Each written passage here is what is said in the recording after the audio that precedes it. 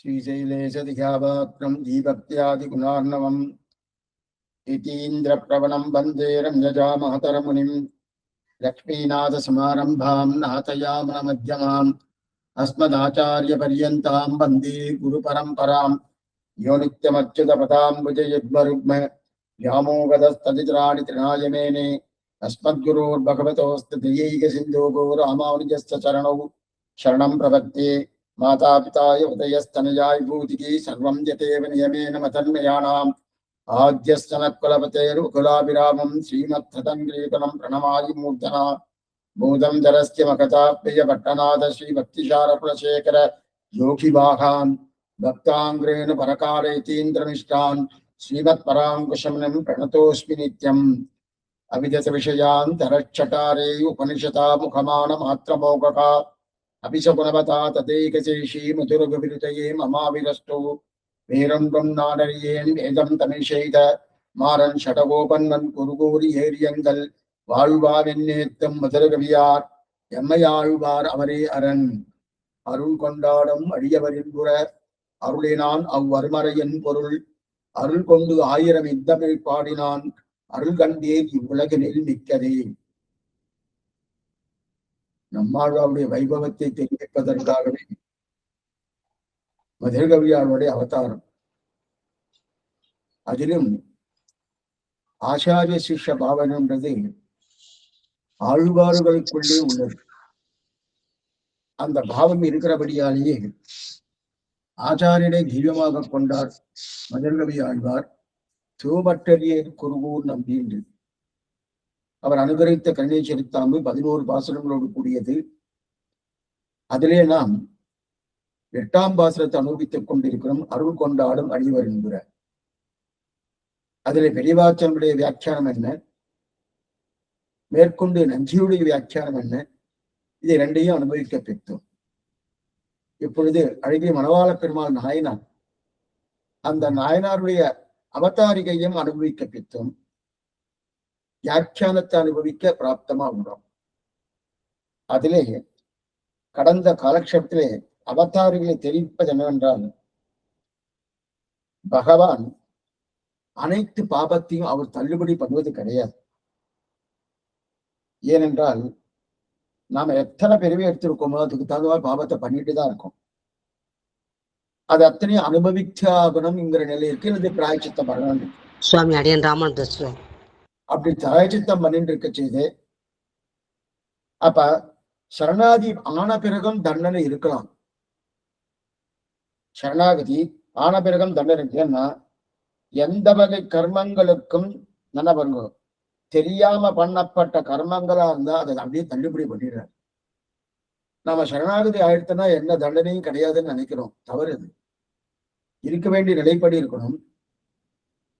அது மட்டுமல்ல, அது ஏதோ பண்ணிட்டோம்னு வச்சுக்கோ, சுவாமி தெரியாத பண்ண அதை தள்ளிடுறாரு. தெரிஞ்சு பண்ணினேன்னு வச்சுக்கோ, அந்த எதிர்பார்க்கணும்னா அருள் கொண்டாடும் பகவானுடைய கிருபை தான் பிரதான. அதுல தெரிஞ்சு பண்ணப்பட்ட அந்த அபராதங்களை நாம் அனுதாபப்பட்டால் அதையும் தள்ளுபடி பண்ணிடுறார். மேற்கொண்டு தெரிஞ்சு பண்ணியிருக்கேன், அனுதாபம் படல, அதற்கு தண்டனை அனுபவித்துத்தான் தெரிவிக்கிறார்.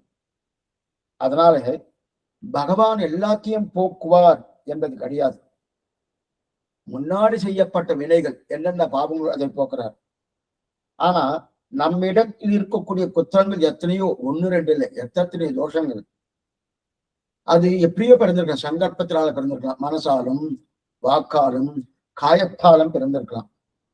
அந்த காயத்தால் பிறந்த கர்மஜான், கைகளால் பண்ணப்பட்டது. அப்ப கைகளால் பண்ணப்பட்ட குற்றங்கள் என்னன்னோ, அதே ஒரு மானசீகமான பற்றங்கள் குற்றம் என்னன்னோ, இது எப்படி போறது, எப்படி போறது? இதைத்தான் ஆச்சாரியன் தொலைக்கிறான்னு தெரிவிக்கிறார். ஆச்சாரியன் சர்வஜன் இதுக்கு அரும்பதத்தில் எடுத்திருக்கார். சர்வஜன் சர்வஜன்னா எல்லாம் அறிந்த தன்மை. அது பகவானுக்குள் உண்டு இல்லையா, ஆச்சாரனுக்கு உண்டான்னா இந்த சிஷ்யனை பொறுத்தவரைக்கும் சர்வஜன் அர்த்தம். இந்த சர்வஜன் என்ற சப்தத்தை சிஷ்ய விஷயத்துல நம்ம எடுத்துக்கணும். அடியனுடைய ஆச்சாரன் இருக்கார், அடியே என்ன நினைக்கணும், அவர் சர்வஜன் நினைக்கணும். நினைக்கணும்னா உண்மையா அவர் சர்வஜனா? ஆமா.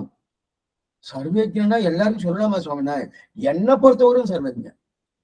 எனக்கு தேவையானது இது நல்லது, இது தீயது, இது பண்ணப்படாது, இது பண்ணலாம் என்கிற தன்மை சொல்லிட்டு இருக்காரணும். அப்ப முன்கூட்டியே இதெல்லாம் அவருக்கு தெரியறதுணும். அப்ப சர்வஜன். பின்னாடி என்ன வரப்போறதுன்னு தெரியறதுன்னு அடியனை பொறுத்த வரைக்கும் சர்வஜன் தெரியலாம். அப்ப அப்படி இருக்க செய்து ஆச்சார சர்வஜன். அப்பன்னா என்னன்னா, எது தீயது எது நல்லது தெரிகிறபடியால சர்வஜன் தெரியும். அப்ப மனசால நினைக்கும் போது புத்தி தப்பு. இதுதான் நம் பூர்வாச்சாரருக்கு இருக்கக்கூடிய பெரிய உபதேசம். அந்த உபதேசத்தாலே பூர்வாச்சாரர்கள் ஆச்சாரர்கள் திருத்துறார்.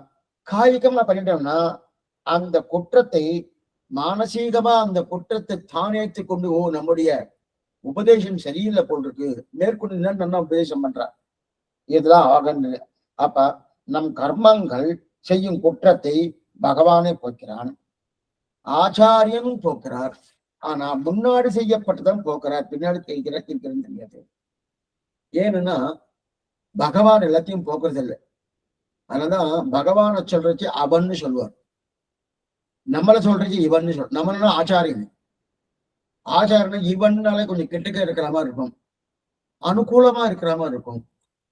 அது மட்டும் இல்ல, ஒரே ஜாதி. அவர் பகவான் வேறு ஜாதி, பரமாத்மா ஜாதி, நம்ம ஜீவாத்மா ஜாதி. அதனால நம்மள ஆச்சாரனை இவன்னு சொல்றாரு, அவர் அவன்னு சொல்றாரு. நமக்கு அருகாமை இருக்கிறபடியால் அப்படி தெரிகிறார். இதை சனத்குமார சம்ஹிதைன்னு ஒரு சம்ஹிதை. அந்த சம்ஹிதையில சனத்குமார்ங்கிற ஆச்சாரனை சொல்லப்பட்டதாக நம்ம கடந்த காலக்ஷேபத்தை நம்ம பார்த்தோம். இது வரைக்கும் அவதாரம் முடிஞ்சது. அதுக்கப்புறம் ஆச்சரியமா இப்ப வியாக்கியானம் அருள் இத்தியாதி. அருள் இத்தியாதி அதாவது பக்கம் 179 கண்ணி சித்தாந்தம் 8வது பாசனம். அருள் இத்தியாதி எனக்கு அத்தியாத்ம ஞானத்தை பிறப்பிக்க கடவதாக வேதார்த்தங்களை திருவாழ் முகத்தாலே வெளியிட்டா என்று என்ன பார்த்து அத்திருவாய்மொழி பாடினருக்கு வேறொரு பிரயோஜனம் சொல்லுகிறார். அருள் இத்தியாதி திருவாய்மொழியை பாடிற்றும் பகவத் பிரீணிதார்த்தமாகவன்றிக்கே சுவாத்திக அக்ரேசருடைய முகமலர்த்தி குறிப்பாக வைத்தது. அருள் கொண்டாடும் அடியவர் என்கிற அடியவர், அருள் கொண்டாடுபவர் ஞான விஷய பூதனான ஈஸ்வரனுடைய பிரீத்திக்கள் அன்றிக்கே ஞான நிட்டரான சாத்விகர் முகத்தை காயிற்று திருவாய்மொழி பாடினது. ஆச்சரியமா எடுத்திருக்கார். அதாவது இந்த இடத்துல அமிர்தஸ்ய ஹிதாரம் தயகா அப்படின்னு இருக்கார். அமிர்தஸ்யன்னு தெரிவிக்கிறார். சனத்குமார் சங்கீதையில நம்ம பார்த்தோம் இல்லையா, அதான். அப்ப இப்படி இருக்க அமிர்தமான அந்த மோட்சத்தை கொடுக்கிறான் பகவான், ஆச்சாரியன் கொடுக்கிறார் இல்லையா. அந்த மோட்சத்தை கொடுக்கும் போது அதை அடியவர்னு தெரிவிக்கிறார். இப்ப முதல் 2 இடத்துல விட்டுட்டு அடியவர் அடியவர்னார். அடியவர்னா சேஷ விருத்தி தான் சுரூபம் அடியவனுக்கு. விருத்தி என்ன? வியாபாரம். சேஷ விருத்தினா சேஷத்துக்கு தகுந்த வியாபாரம். வியாபாரம்னா கடகன்ல போய் எதுவும் பண்றோமா, அதெல்லாம் இல்லை. வியாபாரம் என்னுடைய நிலை என்ன நிலைனா சேஷத்துக்கு தகுந்த விருத்தி. அப்ப சேஷத்துக்கு தகுந்தப்ப நடக்கணும். என்ன இருக்குது? கைங்கரியம். நான் சேஷபூதன்னு தெரிஞ்சுட்டா கைங்கரியம் பண்ணணுமோனோ, அந்த சேஷ விருத்தி, அந்த கைங்கரியம் தான் என்னது? அந்த சேஷ விருத்தி தான் புருஷார்த்தம். அந்த புருஷார்த்தம் யாருக்கு வரும்? சுரூப ஞானம் தெரிஞ்சவாளுக்கு வரும். இப்ப அடியன் சேஷன் அப்படின்னு தெரிஞ்சுன்னா இந்த சேஷத்துக்கு தகுந்த கைங்கரியம் இருக்கணும். அடியன் சேஷபோதம் சொல்லிட்டு இருந்தா பிரயோஜனம் இல்லை. இப்போ ஒருத்தர் தகப்பனார் பிள்ளை இருக்கார், நான் பிள்ளைன்னு சொல்லிதான் தகப்பனாருக்கு தான் நன்மையை பண்ணணும், அவர் நன்மையே பார்க்குதுன்னு இருக்கணும். அதை விட்டுட்டு நான் பிள்ளைன்னு சொல்லி பிரயோஜனம் இல்லை. அதே மாதிரி தகப்பனாருக்கும் உண்டு, பிள்ளையுடைய நன்மையே பார்க்கக்கூடிய, இல்லைன்னா அவர் தகப்பனாரும் கிடையாது. அதே போல சேஷபூதம் சொன்னாலே அந்த சேஷ விருத்தி என்ன? கைங்கரியம். அந்த சேஷ விருத்தி பண்ணிடாதான் சுரூப ஞானம். அந்த சுரூப ஞானம் சரி சுவாமி, சுரூப ஞானம் வந்துட்டு. அப்ப சுரூப ஞானத்துக்கு வந்து போறோம்னா சுரூப ஞானம் வந்தா மட்டும் போறாது, அந்த சுரூபத்துக்கு அனுகுணமாக அந்த சேஷ விருத்திக்கு அனுகுணமாக கைங்கரியம் பண்ணணும். அந்த கைங்கரியத்துக்கு எப்படிப்பட்டனா அந்த கைங்கரியம் சுரூபத்துக்கு அனுகூலமாக இருக்கக்கூடிய கைங்கரியமா இருக்கணும். அதான் இப்ப அப்படிப்பட்ட சுரூபத்துக்கு அனுகூலமா இருக்கக்கூடிய கைங்கரியத்தை தான் அருள் கொண்டாடும் அடியவர். அடியவர் சப்தத்தால தெரியும். ஏன்னா இந்த இடத்துல வரணும், அடிவர் என்ற சப்தம் எத்தனை அர்த்தம் கிடைக்கிறது பாருங்க. இப்ப முதல்ல பாசுரத்துடைய அர்த்தத்தை பார்ப்போம். அருள் கொண்டாடும் அடியவர் என்கிற அருளினான் அவ்வருமறையின் பொருள். இப்ப அடிய முதலே ஒண்ணு தெரிவிச்சேன். என்ன, அருள் கொண்டாடும் அடியவர் என்கிற அருளினான் அவ்வருமறையின் பொருள். 3 வியாக்கியானங்களை பிரதானமா பார்க்கிறோம். நஞ்சியுடைய வியாக்கியானம், அழகிய மணவாள பெருமாவுடைய வியாக்கியானம், பெரியவாச்சானுடைய வியாக்கியானம். அதுல பெரியவாச்சானுடைய வியாக்கியானம் முதல்ல சொல்லிட்டு அடுத்த நஞ்சியுடைய வியாக்கியானம் பார்த்து விட்டு அதுக்கு அடுத்தபடியா அழகிய மணவாள பெருமாள் நாயனாருடைய வியாக்கியானத்தை பார்க்கணும். ஆனா இதுல நஞ்சியரை தவிர ஏனைய 2 வியாக்கியங்கள் இருக்கு இல்லையா, நாயனார் வியாக்கியானம் அதே போல பெரியவாச்சான் இல்லையா, அது ஒரு தனித்தட்டு. நஞ்சியுடைய வியாக்கியானம் ஒரு தனித்தட்டு. ஏன்னா இவ 2 பேரும் காட்டாத ஒரு அர்த்தத்தை நஞ்சியர் காட்டியிருக்காரு. என்ன காட்டிருக்குன்னா, அருள் கொண்டாடும் அடியவரின் புற அருளினான வருமறையின் பொருள் இது அப்படின்னா கீதையை பற்றிய பிரஸ்தாபம் நஞ்சியை எடுத்திருக்கார். இந்த கீதையை பற்றிய பிரஸ்தாபம் மற்ற ஏனைய 2 வியாக்கியானங்களும் கிடையாது. மறுபடியும் சொல்றேன், அருள் கொண்டாடும் அடியவரின் புற அருளினான வருமறையின் பொருள், அருள் கொண்டாடும் அடிய விதி இத்தனையுமே நம்மாழ்வார் தான் சொல்லிட்டு, அருள் கொண்டு 1000 இந்தமிழ் பாடினான் இதையும் நம்மாழ்வார் தான் சொல்லிட்டு, நாயனாருடைய வியாக்கியானம் அதே தான் சொல்றது, பெரியவாச்சான் பிள்ளை வியாக்கியானம் அதே தான் சொல்றது, இதை நம்மாழ்வார் தான்.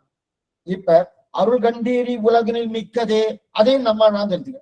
அப்ப எல்லா வரிக்கும் அருள் கொண்டாடும் அடியவரின் புற அருளினான் அவ்வரமறையின் பொருள், அருள் கொண்டு 1000 இந்தமிழ் பாடினான், அருள் கண்டீரி உலகினில் மிக்கதுன்னு எல்லா வரிக்கும் நம்மாழ்வார் நம்மாழ்வார் மற்ற பேர் அர்த்தம் சொல்லாம நம்மாழ்வாரே சொல்லப்பட்டது.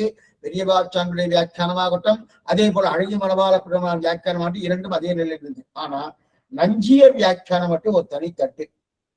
அங்க என்ன, அருள் கொண்டாடும் அடியவன்புறனா கீதோபனிஷத் ஆச்சாரியன் இருக்கிறார். அப்படின்னா அருள் கொண்டாடும் அடியவர் என்புற அருளினான், அருள் கொண்டாடும் அடியவர் என்புற அருளினான் என்பது என்னன்னாரு, அருள்னான்ங்கிற சப்தத்தை கீதாச்சாரியன் போட்டுட்டார். அந்த அருள் கொண்டாடும் அடியவர் என்பது அருளினான் கீதாச்சாரியன். இப்ப அருளினான் என்பதை நம்மாழ்வார் என்றுதான் மற்ற பேர் வியாக்கியானம் பண்ணியிருக்கார். அருளினான் அருளினான் அருளினான் நம்மாழ்வார் அருளினார். நம்ம பக்தர்கள் எல்லாம் அவருடைய அருளை கொண்டாடும்படியாக நம்மாழ்வார் திருவாய்மொழி அருளினார் அப்படின்னு பெரியவாச்சான் பிள்ளை அழகிய மணவாள பெருமாள் நாயனார் 2 பேரும் அப்படி சொல்லியிருக்கார். ஆனா நஞ்சியர் மட்டும்னா அருள் கொண்டாடும் அடியவரின் புற அருளினான் கீதாச்சாரியன் அருளினான். நாங்க பண்ணுவோம் கீதாச்சாரன் அருளினான். அப்ப கீதாச்சாரன் அருளினாங்கிற நிலை ஏனைய 2 வியாக்கியானத்திலும் கிடையாது. அதை இப்ப பார்த்துட்டோம். நஞ்சியுடைய வியாக்கியானத்தை ஏற்கனவே பார்த்துட்டோம். அது மறுபடியும் உங்களுக்கு ஞாபகப்படுத்துறதுக்காக சொல்றேன், 2 வியாக்கியானம் கிடையாது. அப்ப அடியவர் அடியவர் சேஷத்துவ ஞானம் உடையவன் அர்த்தம். அப்ப அடியவர்னு சேஷத்துவ ஞானம்னா சேஷத்துவ ஞானம் புரிஞ்சாலும் என்னன்னா புருஷார்த்தமாக கைங்கரில கொண்டு போய் என்னைக்குமே சரி பகவானுக்கு நாம் தாசன் தாசன் சேஷத்துவ ஞானம் வந்துட்டனால புருஷார்த்த சுவாமி கைங்கரியம் அந்த கைங்கரியத்தை கொண்டு போய் சேர்க்குமோனோ. அப்ப அடியவர் என்றாலே என்ன தெரியுது, சேஷத்துவ ஞானம். சேஷத்துவ ஞானம் என்ன, புருஷார்த்தம். புருஷார்த்தம் என்ன, கைங்கரியம். அப்ப அடியவர் சப்தம் வீசி கொண்டு புருஷார்த்தம். புருஷார்த்தம் என்ன, கைங்கரியம். அடியவர்னே புருஷார்த்தம் சொல்லப்படாது. சுவாமி இவர் அடியவர் கைங்கரியம் பண்ணியிருக்காரணும் அப்படின்லாம் கேட்கப்படாது. பண்ணியிருந்தா தான் அடியவர். சுவாமி நாங்கெல்லாம் தாசர்கள் தாசர்கள் வழியா ஏதாவது கைங்கரியம் அதெல்லாம் தேவையில்லை சுவாமி. தாசன்னு சொன்னா கைங்கரியம் பண்ணணும்னு யார் சொன்னா அப்படின்ற அப்ப அவளோட தாசன் இல்லைன்னு அர்த்தம். அடியவன் அடிய விஷயத்துக்காக விளையாட்ட எங்க சுவாமி சொல்லுவார், அடியேன் ராமான் தாசன் அடியே ராமான் தாசன் ஒரு ஸ்ரீவேஷ்வரை பார்த்து கேட்க நமஸ்காரம் பண்றா சேவிக்கிறா நமகான்னு சொல்றா இல்லையா. அது உண்மையான அர்த்தம் என்னன்னா இவர் அடியேன்னு சொன்னபடியாலே என்ன அர்த்தம்னா அவருக்கு கைங்கரியம் அவர் பண்ணணும். அவர் அண்ணன் அப்படி போனதுக்கு அப்புறம் முதுக பார்த்து வரவே அடியேன்னு சொன்னேன் பண்ணி சொல்றக்கூடிய நிலையில் சில இடத்துல இருக்கு. இது சொல்றதுன்னா அடியவர் என்கிற சப்தம் வந்தாலே புருஷார்த்தம் கைங்கரியன்னு நன்னா தெரிஞ்சவர்கள் தான் அடியவர்களா இருப்பா. அப்பனா அடியவர் சப்தத்துக்கு அந்த அர்த்தம். அப்படிப்பட்ட அருள் கொண்டாடும் அடியவர். அப்ப அருள் கொண்டாடும் என்று இருப்பதனால் அந்த புருஷார்த்தமாகிற கைங்கரியத்துக்கு பெருமாள் அருளை சாதனம் என்று நினைப்பார்கள். பெருமாளின் அருளை. அப்ப நான் புருஷார்த்தம் கைங்கரியம் பண்ணணும். அந்த கைங்கரியம் பண்றதுக்கு எது வழி, எது சாதனம்? சாதனம் இது என்னுடைய பிரயத்தனம் சாதனமான சாதனம்னா உபாயம் வழி. சாதனம் கிடையாது. பகவானுடைய கிருபையே சாதனம். பகவத் கிருபையா. அப்ப அடிவருங்கிற சப்தத்தாலே புருஷார்த்தம் எது கைங்கரியம் தெரியுது. அப்ப அருள் கொண்டாடும் இங்க இருக்கிறபடியாலே அந்த புருஷார்த்தத்தை கொடுப்பது பகவானுடைய அருள் தானே. பாருங்க, அருள் கொண்டாடும் அப்படின்னு இருக்கு இல்லையா? அருள் கொண்டாடும் அடியவர். அடியவர் சப்தத்துக்கு நல்லா புரிஞ்சுக்கணும். ஏன்னா அடியவர் சப்தம் வீசி கொண்டு புருஷார்த்தம் கைங்கரியம் வந்துருச்சு. அப்ப அடியவர்னு சொல்றது சொன்னா கைங்கரியம் பண்ணி புருஷார்த்தம் கைங்கரியமாக ஏற்றுக்கொள்ளனா அவ அடியவர் இல்லைன்னு அர்த்தம். இல்லையா சுவாமி, முடியல சுவாமி, எழுந்துக்கவே முடியலன்னா மானசீக கைங்கரியம் பண்ணலாம். 3 விதமான கைங்கரியம் முடியுது. சிந்தையாலும் சொல்லாலும் செய்கையினாலும் எழுந்துக்கவே முடியல, மானசீக கைங்கரியம் பண்ணலாம். மானசீகமா கைங்கரியம். மானசீகமா என்ன சுவாமி கைங்கரியம் பண்ணலாம்? என்ன கைங்கரியம்? இது நடக்கணுமா, அது நடக்கணும், அது நடக்கணும் நினைச்சாலே போதும். பெருமாளுக்கு இந்த மாதிரி உற்சவங்கள் நடக்கணும், இது நடக்கணும், அது நடக்கணும், இந்த கைங்கரியம் பண்ணணும், அந்த கைங்கரியம் பண்ணணும். பண்ண முடியல சுவாமி. அப்பனா இந்த மாதிரி நீங்க சொல்லிடணும். சொன்ன உடனே நிஜமா ஒருத்தராக பண்ண முடியும். நீங்க தானே மானசீக கைங்கரியம் பண்ணாலே போறோம்னு நீ சொல்லிடணும். அதுவும் முடிச்சுட்டு இப்ப நான் கைங்கரியம் பண்ணதானே அர்த்தம்னா இவருக்கால பண்றதுக்குண்டான தகுதி இருக்கு, அந்த யோகத்தை இருக்கு, அந்த நிலை இருக்கு, அந்த சக்தி இருக்கு. பண்ணாம விட்டா பிரயோஜனம் இல்லை. அவளுக்கு நீங்க சொன்னேன்னா முடியாத வாழ்க்கை இது. முடிஞ்சவன் நிச்சயமும் மானசீகமா இருக்கணும். பிரதானமா இதுதான். அதுக்கு மேல வாச்சிக்கமும் இருக்கணும், காய்க்கமும் இருக்கணும். இப்ப இதுக்கு சொல்ல வந்தேன்னா அப்ப அடியவர்னு சொன்னாலே கைங்கரியம், புருஷார்த்தமான கைங்கரியம். அப்ப அருள் கொண்டாடும் அடியவரின் குரம் தெரியுது. அப்ப அருள் கொண்டாடும் தெரிஞ்ச உடனே அப்ப அந்த பகவானுடைய அருளே சாதனம் தெரியாது. அப்ப அடியவர்னு சொன்னபடியாலே அந்த சப்தத்தாலே புருஷார்த்தம் கைங்கரியம் தெரியுது. அருள் கொண்டாடும் என்று சொன்னபடியாலே அந்த புருஷார்த்தை அடைவது, புருஷார்த்தமாக கைங்கரியத்தை பெறுவது பகவத் கிருபையாலேயும் தெரியுது. இப்ப பாருங்க, 2 சப்தம் வந்துட்டு அருள் கொண்டாடும் அடியவர். அருள் இதெல்லாம் நாயனாருடைய வியாக்கியத்தை வரும். அருள் கொண்டாடும் அடியவர். அருள் கொண்டாடும் கொண்டு பகவானுடைய அருள். அருள் அடியவர். அடியவர் புருஷார்த்தம் கைங்கரியம். அப்ப பகவானுடைய அருள் புருஷார்த்தம் கைங்கரியம். பகவானுடைய புருஷார்த்த கைங்கரியம், பகவானுடைய அருள் புருஷார்த்த கைங்கரியம். நான் புருஷார்த்தமாக பகவத் கைங்கரியம் பண்ணணும்னா அதுக்கு கிருபை எது? பகவானின் அருள். அதான் அருள் கொண்டாடும் அடியவர் என்கிறார். அப்ப புருஷார்த்தம் கைங்கரியம் சாதனம். அப்பனா அந்த புருஷார்த்தமான கைங்கரியம் பண்றதுக்கு இது சாதனம் பகவத் கருணை. சரி, அப்படி இருக்கச்சு அப்படி இருப்பவள் தான் யாரு? அருள் கொண்டாடும் அடியவர். அவளுக்குத்தான் அடியவர்னு பேரு. ஆக கைங்கரியம் புருஷார்த்தம், அதுக்கு சாதனம் பெருமாளுடைய கருணையே. இப்ப இன்னும் இது முதல் அர்த்தம். இப்ப இன்னொரு அர்த்தம் சொல்றார். இன்னொரு அர்த்தம் என்னன்னா, ஏற்கனவே நம்ம பார்த்தது அடியவர்கள் புருஷார்த்தம் கைங்கரியம் என்று இருப்பவர்கள். பகவத் அடியவர்கள் எப்படி இருப்பா? புருஷார்த்தம் கைங்கரியம் என்று இருப்பவர்கள்னு முதல்ல பார்த்துட்டோம். அருள் கொண்டாடு பகவானை சாதனை கருணை என்று இருப்பவர்கள். இது முதல் அர்த்தம். 2வது அருளையே கொண்டாடும். அருளையே அருள் கொண்டாடும் இருக்கணும். அருள்னா அது சிங்கிள், அதாவது ஒருவை. அருளையே அப்ப அதை தவிர மற்றொன்னு கிடையாதுன்னு தெரியா. ஆனா அதுல இல்ல, அங்க அந்த சப்தம் இருக்கு. அருளையே கொண்டாடும். இது ஏவக்காரன்னு பேரு. ஏன் சுவாமி மத்த குணத்தை கொண்டாட மாட்டல? ஏன் இந்த சந்தேகம்? அருள் கொண்டாடும் அடியவரின் புறன்னு இருக்கு இல்லையா? அந்த மாதிரி சொல்ல வேண்டாமே. அருள் கொண்டாடும், வாத்சல்யத்தை கொண்டாடும் அடியவரின் புற, மார்த்தவத்தை கொண்டாடும் அடியவரின் புற, எத்தனை ஒரு சௌசல்யத்தை கொண்டாடும் அடியவரின் புற அப்படின்னு சொல்லாமனோ? ஏன் அருள் கொண்டாடும் எதுக்காக சொல்லணும்? அருளையே கொண்டாடணுமா? அருளையே கொண்டாடுபவர்னா வேறு குணங்கள் அருள் கொண்டாட மாட்டார்களா? ஏன் சுவாமி அந்த மாதிரி சொல்லணுன்றதுக்காக சொல்ல மாட்டாங்க. இது 3 திருட்டாங்க சொல்றேன். எதுக்காகன்னா, இப்ப நம்ம ஏன் பகவானை கொண்டாடுறோம்? ரொம்ப முக்கியம். பகவான் நம்ம ஏன் சுவாமி கொண்டாடுறோம்? கொண்டாடுவதற்கு என்ன காரணம்? சுவாமி அவர் எதுவும் எனக்கு பண்ணிட்டு இருக்காரு அப்படின்னு நம்பிட்டு இருக்கேன், அதனால கொண்டாடுன்றீங்க. இதுக்கு இன்னொரு திட்டாங்க சொல்றேன். பகவான் நம்ம போற்றுவதற்கோ புகழ்வதற்கோ அல்லது அவருக்கு கைங்கரியம் பண்றதுக்கு என்ன காரணம்? ஏதோ ஒரு காரணம் இருக்கு பண்ணணும். இப்ப நிச்சயமா நம்ம சொல்றோம், அடியார்கள் வாழ, அரங்கநகர் வாழ, சடகோபன் தந்தமிழ் நூல் வாழ கடல் சூழ்ந்த மண்ணுலகம் வாழ மணவாளம் அவனி நூற்றாண்டுன்னு சொல்ற மனம். அப்ப அரங்க நகர் வாழன்னு சொல்ற மனம். அப்ப அரங்க நகர் 108 திவ்யதேசங்கள் இருக்கு சுவாமி. இப்படி வச்சுக்கலாமோ? யார் எந்தெந்த திவ்யதேசத்தில் இருக்காளோ அந்தந்த திவ்யதேசம் வாழ்னு அவாவான்னு சொல்லிக்கலாம். ஏன்னா இப்ப ஆச்சாரம் தண்ணி என்ன பண்றா? அவாவானுக்கு ஒவ்வொரு ஆச்சாரம் அந்தந்த ஆச்சாரம் தண்ணி அவ சொல்லிக்கிறார். அடியனுடைய ஆச்சாரம் வேறு, உங்களுடைய ஆச்சாரம் வேறு. அப்ப உங்களுடைய ஆச்சாரம் தெரியல சொல்லி தப்பு ஒண்ணும் கிடையாது. அடியனுடைய ஆச்சாரம் தெரியுங்க சொன்னாலும் தப்பு கிடையாது. ஆனா பிரதானம் அவரவருடைய ஆச்சாரம் தெரியுன்னு சொல்லிக்கிறாரோ அதே போல யாரெல்லாம் எந்தெந்த திவ்யதேசத்தில் இருக்காளோ அந்தந்த திவ்யதேசத்துக்கு அடியார்கள் வாழ. இப்ப அடியன் திருவல்லிக்கேணி வாழன்னு சொல்லிக்கிறேன்.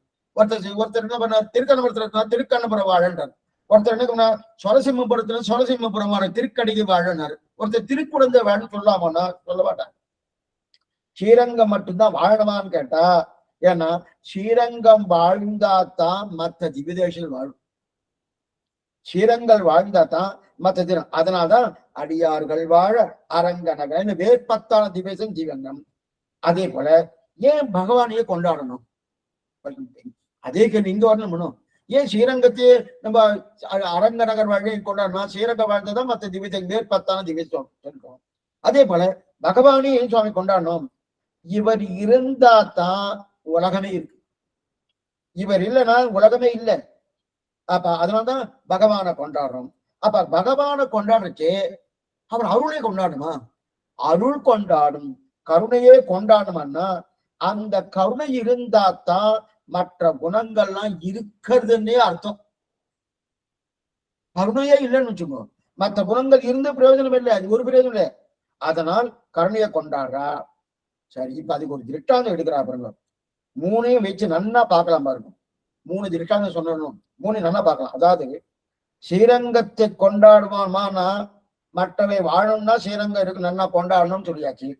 அதே போல பகவானை கொண்டாடணும்னா மற்ற லோகம்லாம் பிரபஞ்சம்லாம் இருக்கணும்னா பகவானை கொண்டாடணும்னு ஆயிடுச்சு. எதனால? அப்ரஹ்மாத்மக தத்துவமே கிடையாதுன்னு பார்த்துக்கோம். பிரம்மம் இல்லாத தத்துவம் எதா இருக்கா? ஒண்ணு கிடையாது. எந்த வஸ்து எடுத்தனாலும் அச்சித் தத்துவமா இருந்தாலும் அச்சித் தத்துவமா இருந்தாலும் பிரம்மம் இருக்கு. ஆனா அப்ரஹ்மாத்மக தத்துவமே இல்லாதபடியாலே பிரம்மாத்மகத்தாக தான் உண்டு. அப்ப பிரம்மத்தை கொண்டாடித்தான் ஆகணும். அப்ப எல்லாத்தையும் கொண்டதாகத்தான் அர்த்தம். ஏன்னா பிரம்மம் ஒண்ணு சொன்னாலே எல்லாத்தையும் சொல்லியாச்சுன்னு அர்த்தம். பிரம்மம் ஸ்ரீமன் நாராயணன் சொல்லியாச்சுன்னா எல்லாம். இதனால்தான் இந்த இடத்துல இதுக்கு ஒரு திட்டான்னு சொல்ற பாருங்க. இந்த இடத்துல என்ன பண்ணா, பிரம்மத்தை கொண்டாடினா எல்லாத்தையும் கொண்டாடினான், எல்லாத்தையும் சொன்னதா ஸ்ரீமன் நாராயணன் சொன்னேன். என்ன சுவாமி? லோகத்துல இருக்க அத்தனை வஸ்துவையும் சொல்லிட்டேன், அத்தனை பேரையும் சொல்லிட்டேன். சொன்னதா ஆகமான அத்தனை ஆகும் பூச்சியம். அந்த மாதிரி இருக்கா சுவாமிங்க? ஒண்ணும் இல்லை. 12 வருஷங்கள் வனவாசம், 1 வருஷம் அஞ்ஞான வாசம்னு பண்ணியாச்சு பாண்டவாளுக்கு கௌரவாளால. இவ காட்டுல இருந்துருக்கா. இவாளுக்கு தொந்தரவு கொடுக்கறதேதான் துரியோதனுடைய நிலையே. அவனுக்கு வேற காரியமே கிடையாது. எப்ப பாரு சதா சர்வ காலம் பாண்டவால நடிச்சுட்டு இருக்கா. அவளுக்கு என்னென்ன இடையூறுகள் கொடுக்கலாம்னு பார்த்துட்டு இருந்தா. அவளுக்கு ஏதாவது ஒரு விஷயம் மூலமா ஒரு சாபம் வாங்கிக்கணும் அப்படின்னு முடிவு பண்ணிட்டான் துரியோதனன். முடிவு பண்ண உடனே இவ அங்க இருக்கச்சே அங்க காட்டுல என்ன சாப்பிட கிடைக்கும்? அக்ஷய பாத்திரம் கொடுத்துருக்காங்க. அந்த அக்ஷய பாத்திரத்தை வச்சுன்னு நித்தியம் சாப்பிடுறான். ஏன்னா நித்தியம் என்ன பண்ணுன்னா, கார்த்தால எழுந்தோடனே அவங்க அந்த சாப்பிட்ற டயத்துக்கு அக்ஷய பாத்திரம் கொடுத்துட்டு 5 பஞ்சு பாண்டவம் கொடுத்து முடிச்சதுக்கு அப்புறம் கடைசியில திரௌபதி சாப்பிடுவா. திரௌபதி கொடுத்துருவோம். திரௌபதி கொடுத்ததுக்கு அப்புறம் இனிமே அந்த அக்ஷய பாத்திரம் அவ்வளவுதான், இனி நாளைக்கு தான் கொடுக்கும், இன்னைக்கு மறுநாள் கொடுக்காது.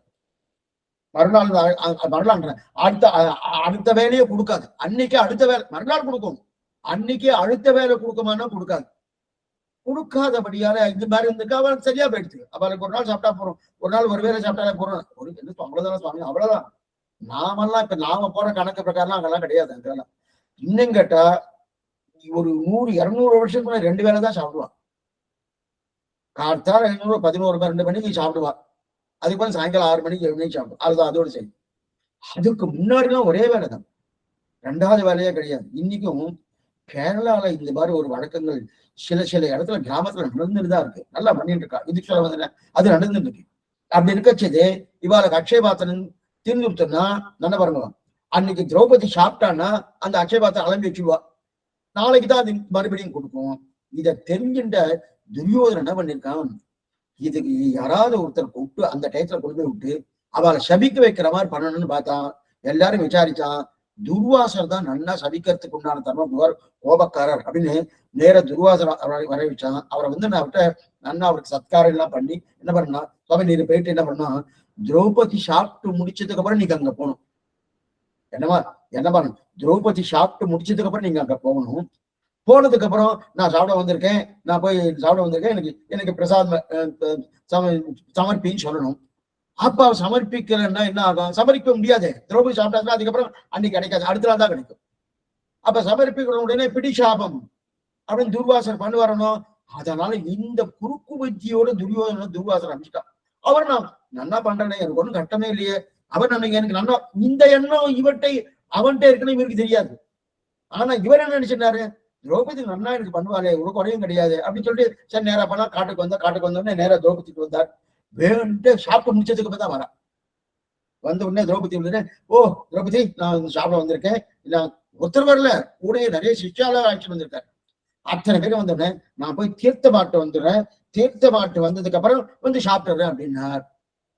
என்ன பண்ணலாம், நிறைய சிஷ்யால் வேற வந்திருக்கா, இவர் வந்திருக்காரு, இவர் ஏதாவது ஒண்ணுன்னா உடனே பிடிசாபம். இவருக்கு கொடுக்க பெரிய விஷயம் என்னன்னா, இந்த துர்வாசக்கு சில ரிஷிகள்லாம் சபிச்சான்னா அவருடைய சக்தி குறைஞ்சிடும், இவருக்கு சக்தி அதிகமா அந்த மாதிரி வர வாங்கி வச்சுட்டு இருக்காரு. அப்ப கொடுக்க சபிக்க இன்னும் அதிகமாயிட்டு இருக்கணும்.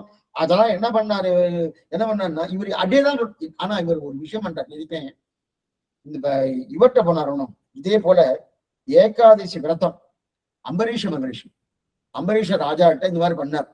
அங்கேயே இது மாதிரி கார்த்தால போயிட்டு இதே மாதிரி பண்ண நினைச்சிட்டு நான் தீர்த்தமாட்டி வரேன், அதுக்குள்ள நீ இதெல்லாம் பாருனாரு. அப்ப தீர்த்தமாடக்கூடிய ஒரு நேரத்தை ஒதுக்குறார் அந்த ரிஷி.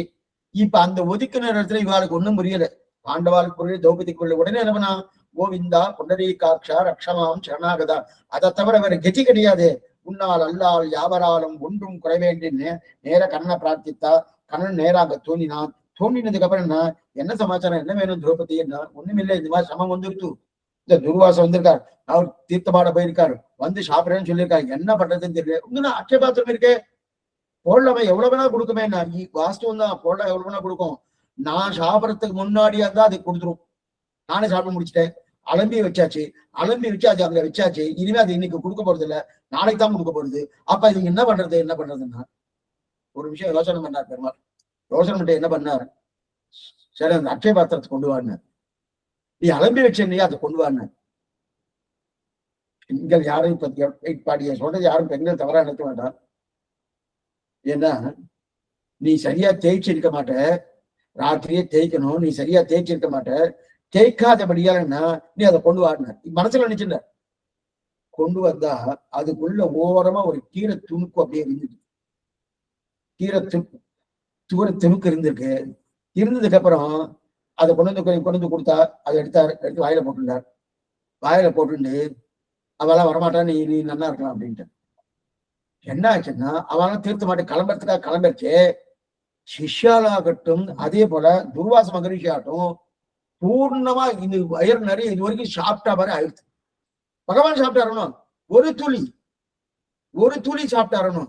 அந்த ஒரு துளி சாப்பிட்டது மற்றவ அத்தனை பேரும் சாப்பிட்ட மாதிரி ஆயிடுச்சு.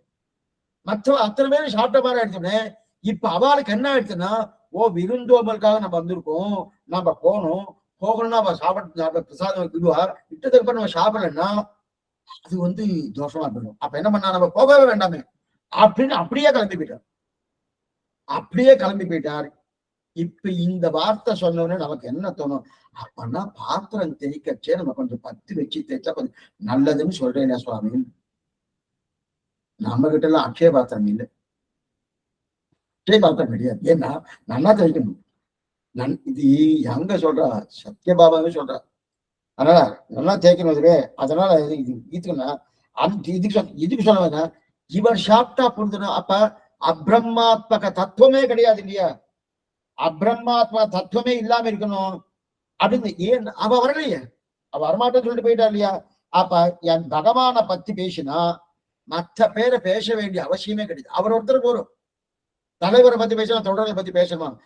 தலைவரே பேசியாச்சு, நம்ம தொண்டு தேவையில்லையா? அதனால அப்ப அப்ரஹ்மாத்துவ தத்துவம் கிடையாது. அதனாலதான் ஈஸ்வரனை நம்ம கொண்டாடணும். ஏன் பகவானை கொண்டாடுனா, அவரை கொண்டாடின அத்தனை பேரும் கொண்டாடுற மாதிரி.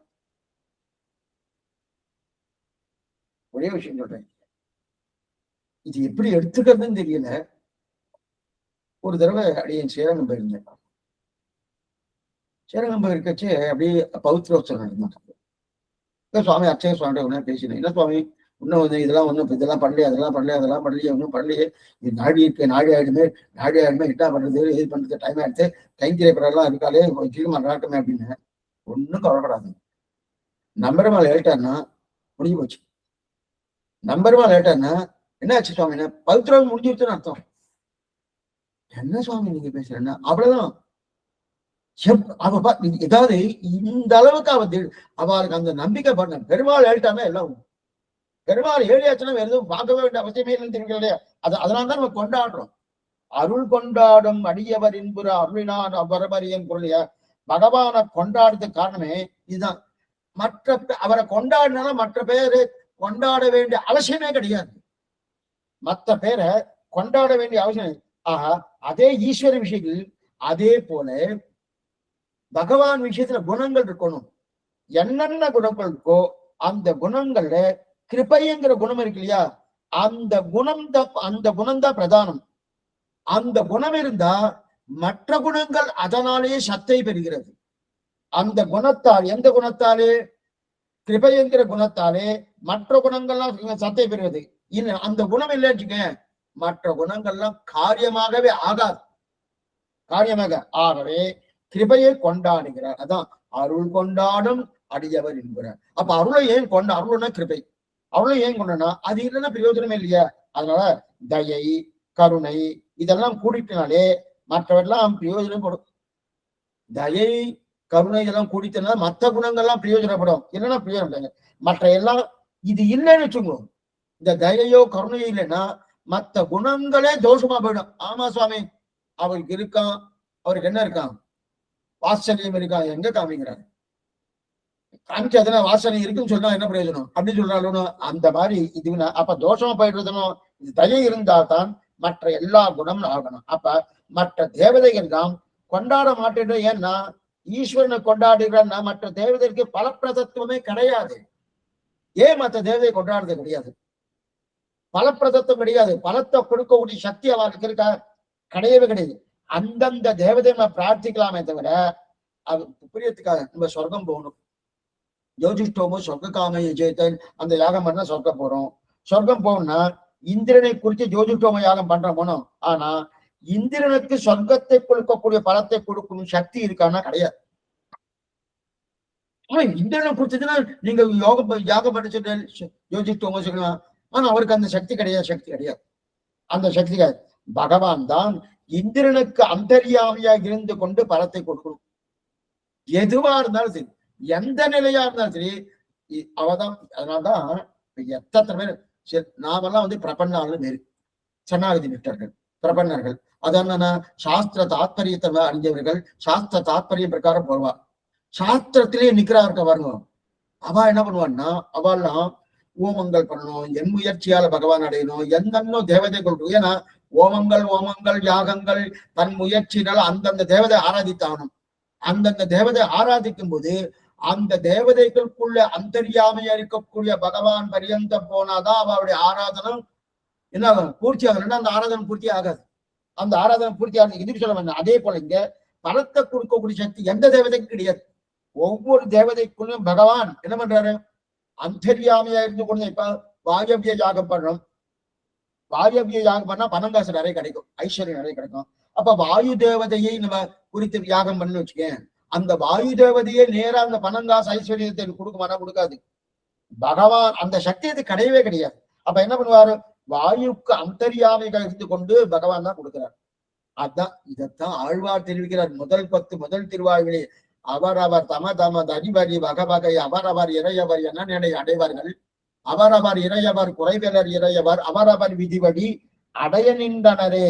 அவரவர் விதிப்படிக்கு பெருமாளை அடைய நின்றனர். அவரவர் விதிப்படிக்கு பெருமாளை அடைய நின்றனர். தேவதைகள் நின்றனர். எந்தெந்த தேவதைகள்? வாயு, குபேரனோ, இந்திரனோ, யாரா இருந்தாலும் சரி, அது பிரம்மாவாகட்டும் ருத்ரனாகட்டும், யாரா இருந்தாலும் அவரவர்களுடைய நிலைக்கு தகுந்த போல அடைய நின்றனர் அப்படின்னு. அது மட்டும் ஈஸ்வரன் அவர்களுக்கு அந்தராத்மா இருந்து கொண்டு பலத்தை கொடுத்து கொண்டிருக்கிறான். அதான் அர்த்தம். அவர்களுக்கு அந்தராத்மா இருந்து கொண்டு, அதான் அவரவர் விதி வழி அடைய அவரவர்கள் விதிப்புக்கு அந்தர்மாத்மா இருந்து கொண்டு அடையும்படி நின்றான் பகவான். அவருக்குள்ள அந்தராத்மா இருக்கிறபடியாக அவ கொடுக்கிறார். அந்தராத்மா அவ கொடுக்கணும் சக்தி இருக்கான கிடையாது. அப்ப பெருமாள் அந்தந்த தெய்வங்களுக்கு அந்தராத்தான் இது நம்பில ரொம்ப நல்லா எடுத்திருக்க. மேல பார்க்க போறோம், அந்த இடம் வரைக்கும் பார்க்க நம்பில எடுத்திருக்க வீட்டுல. ஆக பகவான் அந்தராத்மா இருக்கிறதுனால பலப்பிரதத்துவம் நமக்கு பலத்தை கொடுக்குறான்னா பகவான் இருக்கிற. ஏன்னா மற்ற தேவதைகள் பலத்தை கொடுக்கக்கூடிய சக்தி கிடையாது. ஏன்னா அதனால மற்றதை பற்றி பாடாமல் பெருமாளியே பாடுறான். அதனால என்ன? அருள் கொண்டாடும் அடியவன். அப்ப பகவானை ஏன் பாடுறான்னா பலன் தத்துவம் இல்லையே. அப்ப கொடுப்பாரா சுவாமி? இவட்ட ஒருத்தர் கடன் கேட்டேன், அவரே சமப்பட்டு இருக்காருன்னா கொடுக்க சக்தி இல்லை. அவர்கிட்ட போய் கட்டி பிரயோஜனம் இல்லை. இவர்கிட்ட லட்சக்கணக்கில் இருக்கு. ஒரு 10,000 ரூபாய் கொடுன்னா இதை எப்படியோ கொடுத்துட்டு இருக்க. அதே போலதான் பகவான் மற்றவாள் கொடுக்குற சக்தி கிடையாது. அப்பனா அவளை பிரார்த்தித்து பெறால சொல்ல இவர் தான் அந்தரியாம இருந்து கொண்டு கொடுக்கிறார் அப்படின்னு தெரிவிக்கிறாரு. அதைத்தான் தெரிவிக்கிறா. அடுத்து தெரிவிக்கிறார் கொண்டாடுறதுக்கு விஷயமாம்படி அந்தந்த வரிசையா. அதனால்தான் மத்த இந்த வேற தேவதையை நம்ம எதுக்கு சேவிக்கிறதுதான் தேவையில்லாம எது சுவாமி எனக்கு அது கிடைக்க போறது கிடையாது. கிடைக்காத ஒரு விஷயத்த பாடி பாடி இப்படி ஒருத்தர் ஒரு புலவர் என்ன பண்ணார், யாரோ ஒருத்தர் பெரிய தனவான் ஏதோ கொடுப்பான்னு நினைச்சிட்டு அவரை பத்தி இந்திரனே சந்திரனே பாடினார். ஒண்ணும் கிடைக்கல. 30 நாள் பாடினார், ஒண்ணுமே கிடைக்கல. வெளியில வந்து கூத்தாட ஆரம்பிச்சிட்டார். ஒண்ணும் கொடுக்கலையே, ஏன் கூத்தாடினு கேட்டார். இது இன்னும் 30 நாள் பண்ணி ஒண்ணும் இல்லைன்னு சொல்லாம இப்பயே ஒண்ணும் இல்லைன்னு சொன்னானும் அதனாலதான் கூத்தாடுறாங்க. அவனுக்கு ஒண்ணும் இல்லை, அதனால கொடுக்கல. இல்லாதவனுக்கு இருக்குன்னு சொன்னேன், அவனுக்கு நிஜமாவே இல்லை, அதனால எனக்கும் கொடுக்கலன்னு. இதுக்கு சொல்ல வந்தேன்னா மற்ற தேவதைகள் யாருக்கும் அந்த சக்தியே கிடையாது அப்படின்னு தெரிவிக்கிறாங்க. ஆக இப்படிப்பட்ட அந்த வரிசையா சொன்னா அது கொண்டாடுறதுக்கு விஷயமாம்படி பகவான் அருள் கொண்டாடம் அடியவர் என்ப. அடுத்து சொல்ற ஆச்சரியம்னா எல்லா இந்திரியங்களுக்கும் மனசு ஒன்றுதான். என்ன 11 இந்திரியங்கள் பிரதானமா, கர்மேந்திரியங்கள் 5, ஞானேந்திரியங்கள் 5, மனசத்துவம் 1, 11 இந்திரியங்கள். அந்த 11 இந்திரியங்கள மனசும் ஒண்ணு. ஆனா ஆழ்வார்லாம் நெஞ்சதான் கொண்டாடுவார். துயரடி சுடரடி தொழிதரன் மனனே எங்க வருது? முதல் பாட்டுல. மனசே அப்படி ஏன் சுவாமி கையே தொடுன்னு சொல்லமானும் சொல்லல, மனசே சொல்லு. அதுக்கப்புறம் நெஞ்சே சொல்லுவோம் நாமங்களே. நெஞ்சு சொல்லுமா வாய் சொல்லுமா? வாயே சொல்லுவோம் நாமங்களே சொல்லணுமோ, இல்ல நாக்கே சொல்லுவோம் நாமங்களே சொல்லணுமோ? நெஞ்சு ஏன் நெஞ்ச கொண்டாடுறான்னா நெஞ்சு நினைக்கிறன்னா எந்த காரியம் ஆகாது. நெஞ்சு நினைக்க. அதனாலதான் அடிக்கடி நெஞ்ச ஆழ்வார்கள் தட்டி கொடுப்பார். நெஞ்சமே நல்ல நல்ல உன்னை பெற்றால் என் செய்வோம் இனி என்ன குறைவுன்னு.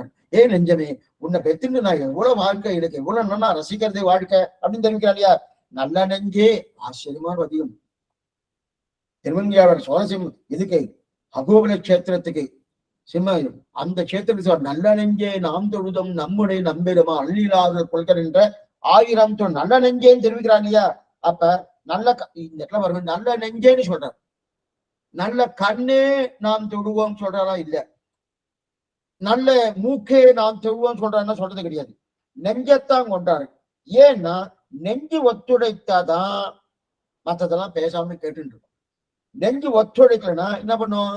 நெஞ்சு சண்டித்தனம் பண்ணிட்டுன்னு வச்சுக்கேன், கிட்டத்தக்க எது இருந்தும் பிரயோஜனமே இல்லை.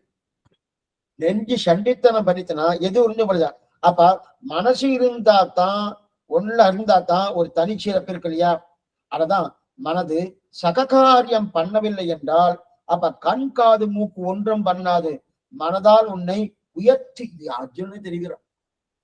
கரண் பாத்துனா அர்ஜுனா மனசால உன்னை உயர்த்திக்கோ, மனசால உன்னை உயர்த்திக்கோன்னு, மனசால உன்னை உயர்த்தி கொள்ள அர்ஜுனான்னு தெரிவிக்கிறா இல்லையா? அப்படி இருக்கச்சே உன் மனசுதான் உனக்கு நண்பன், உன் மனசுதான் உனக்கு விரோதி. தனக்கு தானே எதிரி, தனக்கு தானே நண்பன். எப்படி சுவாமி? மனசுதான். மனசு நினைச்சு தன் நல்ல விஷயமா நினைச்சதுதான் அந்த மனசு நண்பனா இருக்கும். தீய விஷயமா நினைச்சது மனசை என்ன எதிரி ஆடுறது இல்லையா? இது அர்ஜுனனுக்கு சொல்லிக்கிறான். அர்ஜுனன் கேட்கிறான், அது என்னமா கண்ணா? ஒரே விஷயமே எதிரியாவும் இருக்கும், நண்பனாவும் இருக்குமா? ஒரே விஷயமே எதிரியா நன்மையா இருக்குமா? இருக்குமே. ஏன்னா மற்ற 5 இந்திரியங்கள் பத்தி பகவான் ரொம்ப பேசுறதுக்கு இல்ல காரணம், மனசு இருந்தா தான் அப்படி. அப்ப மனசு இருந்தா தான் மற்ற இந்திரியங்களும் காரியம் பண்றதுக்கு உண்டான ஒரு நிலை இருந்தாலும், இது சகாயம் பண்ணாதான் மற்றவை காரியகரம். அப்ப மனசு பதான் இல்லையா? இந்த சகாயம் பண்ணணும்னா மற்ற அத்தனை என்னடா ஒண்ணுமே பண்ணது இதுவும் பிரயோஜனம். காலட்சேபம் வரணும்னாலும் மனசு இருக்கணும், காலட்சேபம் பண்ணணும்னாலும் மனசு இருக்கணும், காலட்சேபம் பண்ணி ஒழுங்கா பண்ணணும்னாலும் மனசு இருக்கணும், சரியா சொல்லணும்னாலும் சரியா சொல்லணும். படிக்கணும் வேண்டாம், படித்தா விட என்னவோ உட்காந்துட்டு இருக்கா சொல்லுவாங்க, அந்த இடம் வந்துருச்சுன்னா மனசு இல்லைன்னு அர்த்தம். அதே போல கேட்கிறவன் ஏதோ சொல்லிட்டு இருக்கா 1.5 மணி நேரம் கேட்கலாம் அப்படின்னு மனசு இல்லைன்னா கேட்க முடியும். அப்ப எல்லாத்துக்கும் மனசு பரதுன்னு அந்த மனசு ஒத்துழைக்கலைன்னா சகாயம் பண்ணனா அத்தனையும். அதே போல இங்க இதுக்கு சொன்னா கிருபை, கிருபை நன்னா நமக்கு இருந்தா தான் பகவானுடைய மற்ற குணங்கள் காரியகரமாகும். அந்த கிருபை இல்லைன்னு வச்சுக்கேன், அந்த கிருபை கை கொடுக்கலன்னா மற்ற காரியகரம் ஆகாதுன்னு. அப்ப சிகை அந்த கிருபை சககரிக்காவிட்டால் மற்றைய இருந்தும் லாபம் இல்லை. கிருபை சககரிக்காவிட்டால் மற்ற இருந்தும் லாபம் இல்லைன்னு தெரிகிறார். இப்ப மேற்கொண்டு படிக்கிறேன். அதாவது அருள் கொண்டாடும் அடியவர் இன்புற அடியவர் அருள் கொண்டாடும் அவர் ஞான விஷய பூதனான ஈஸ்வரனிய பிரியத்துக்கன்றிக்கே ஞானனிஷ்டனா சாத்விகர முகத்துக்கென்று திருவாயும்படியது அடியவர் சேஷவக்தி புருஷார்த்தம் என்னும்படி சொருப ஞானம் பிறந்தவர்கள் சேஷத்திய ஞானம் சேஷவிருத்தி வீரரே அருள் கொண்டாடும் அடிவர் அப்புருஷார்த்தத்துக்கு சாதனமும் அவருடைய கிருபை என்று இருப்பவர்கள் ஆகையாலே கைங்கரியம் புருஷார்த்தம் கருணை சாதனம் இருக்கிற அருள் கொண்டாடும் அல்லாத குணாந்தரங்களை காட்டிலும் கிருபையை கொண்டாடுபவர்கள் ஈஸ்வரனில் கொண்டாகிறது தான் உண்டான போது ஜகத் உண்டாய் இல்லாத போது இல்லை என்றிட்ட போதே அப்படியே கிருபாகுணம் இல்லாத போது குணாந்தரங்களும் அகாரியமாய் இது கூடினவாறே காரியகரமாகையாலே இத்தையே கொண்டாடுகிறார்கள். இதெல்லாம் பார்த்தோம். இப்படியே தேவதாந்திரங்கள் காட்டி ஈஸ்வரன் கொண்டாடும் விஷயமாய் மேலே ஆய்த்து குணாந்தரங்கள் காட்டி இது கொண்டாடுவதற்கு விஷயமாபடியே மனஸ்தத்துவம். அதே 181 பக்கத்துல மனஸ்தத்துவம் இந்திரிய ஆந்தர்பூதமாய் இருக்க செய்தையும் இது சககாரியாத போதே இந்திரிய வியாபாரம் கடக்க கூட காணாமை லோகத்தில் கண்டு போகிறா போலே இந்த கிருபையும் குணாதர்பூதமாகியாலே இது சககரியாத போதே சேத்தனளவில் குணாந்தரங்கள் ஜீவிக்கையாகாது. எந்த நிலையா இருந்தாலும் அருள் கிருபை இல்லைன்னா எந்த குணமும் கிடையாது. அப்ப சொரூபமும் நித்தியமும் குணங்களும் நித்தியங்களாய் இருக்க செய்து இவனுடைய சம்சார சம்பந்தம் ஒழுக்காமல் நடக்கையாலே அத்தை மாற்றி இவனை உத்தரிப்பிக்குவது கிருபா குணமாலேயே அத்தையாய்த்து முமுட்சுக்கள் கொண்டாடுவது ஆச்சரியமா ஒரு விஷயம் தெரிகிறார். கொஞ்சம் ஜாக்கிரதை. இப்ப மனசை கொண்டாடினார் மனஸ்தத்துவம் இல்லைன்னா ஒரு பிரயோஜனம் இல்லைன்னு சொல்றார், நல்லா தெரியுது.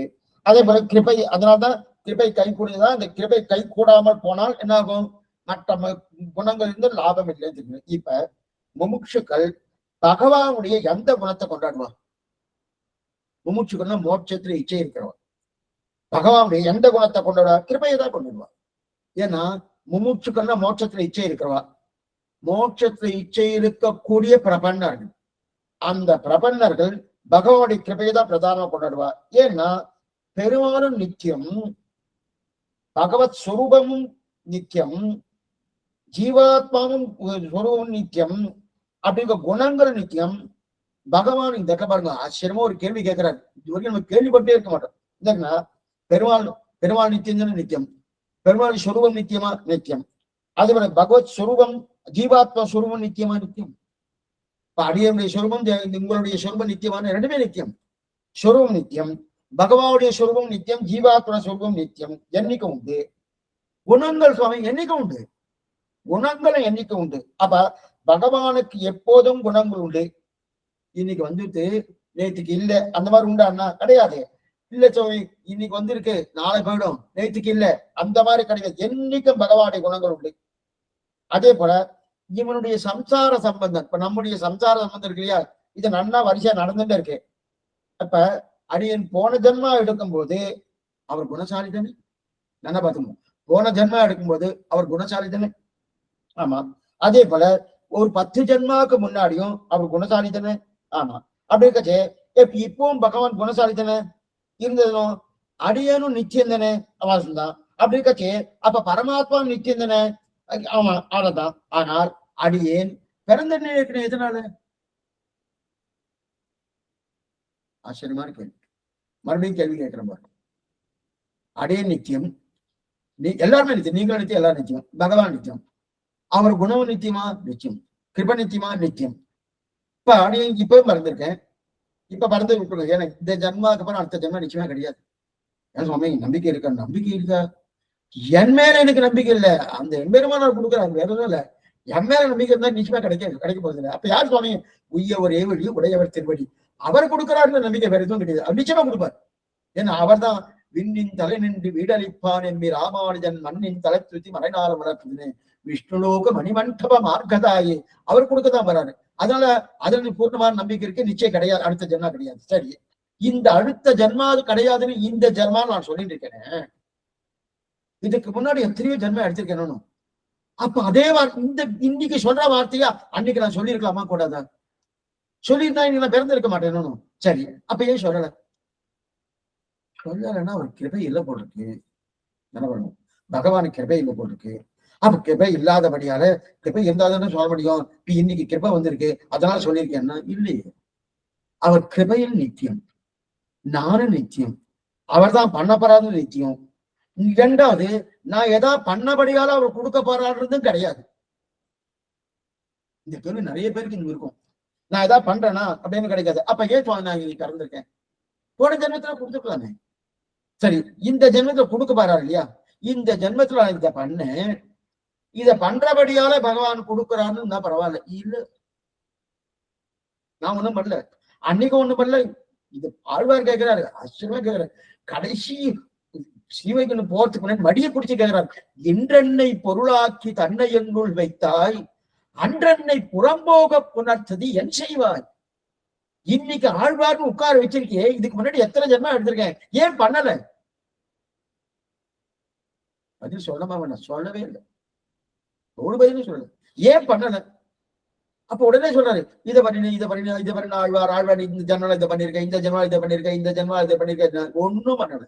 இடகில்லேன் ஒன்று அட்டகில்லேன், ஐம்புலன் வெள்ளகில்லேன், கடவனாகி காலந்தோறும் பூப்பறித்தேத்தகில்லை. ஒண்ணும் பண்ணல. அப்போ ஒண்ணும் பண்ணல, இப்போ ஒண்ணும் பண்ணல. அப்ப ஏன் கொடுக்குற? அப்ப கொடுக்கலையே, கொடுத்திருக்கலாமா? மாறி மாறி பிறந்துட்டே இருக்கிறேனே, பிறந்துட்டே இருக்கிறேன். அர்ஜுன பார்த்து சொல்றான் கண்ணன், அர்ஜுனா நானும் பிறந்திருக்கேன், நீயும் பறக்கணுமான்னா, நானும் பிறந்து நீயும் பறக்கணுமான்னா. அப்பதான் இருக்கும், எப்ப நான் பிறந்தனும் உன்னுடைய பறப்பை அறுக்கிறதுக்கு நான் பிறந்திருக்கேன், நீயும் பிறந்துட்டு இருக்கேன்னு என்ன அர்த்தம்? பிறந்துட்டு தானே இருக்கோம், நாம இருந்துட்டு தான் இருக்கோம். என்ன சுவாமி காரணம்? இப்பதான் கிருபை வந்தது. இல்ல சுவாமி, போன ஜன்மாலாம் கிருபை இல்லை, இதுதான் கிருபை வந்ததுன்னா இல்லையே. கிருபை நேற்றுக்கு இருக்கு, முந்தா நேற்றுக்கு இருக்கு, என்னைக்கு இருக்கு. அப்ப அவர் கிருபை இருக்குது. அதனால இன்னைக்கு அடியேனை உத்தரணம் பண்ணினாரே என்ற உடனே, அப்ப ஏன் சுவாமி நேற்றுக்கே பண்ணல? அப்ப பொருந்தாம வருது. நேற்றுக்கே பண்ணிருக்காம ஏன் வரல? அப்ப அடியேன் போன ஜென்மம் எடுத்த போது பெருமாள் கிருபை இல்லாம இருந்ததா? இல்ல ஞானபல ஐஸ்வர்ய வீரசக்தி தேஜஸ் இதெல்லாம் இல்லாம இருந்ததா? இருந்தது, எப்பவும் உண்டு, எப்பவும் பொருள். அப்ப அடியேன் போன பிறவியிலே போயிருக்கலாமே. போன பிறவிலே பகவான் கிருபை இல்லையா? ஆனா போகலையேனோ, அந்த கிருபை இருந்தது. கிருபை ஏதோ ஒண்ணு மூடின்னு இருக்கு, ஏதோ ஒண்ணு மூடின்னு இருக்கு. என்ன சுவாமி, என்ன மூடின்னு இருக்கு? என்ன மூடின்னு இருக்கு? கிருபை இருக்கு, ஏதோ ஒண்ணு மூடின்னு இருக்கு. என்ன மூடின்னு இருக்கு?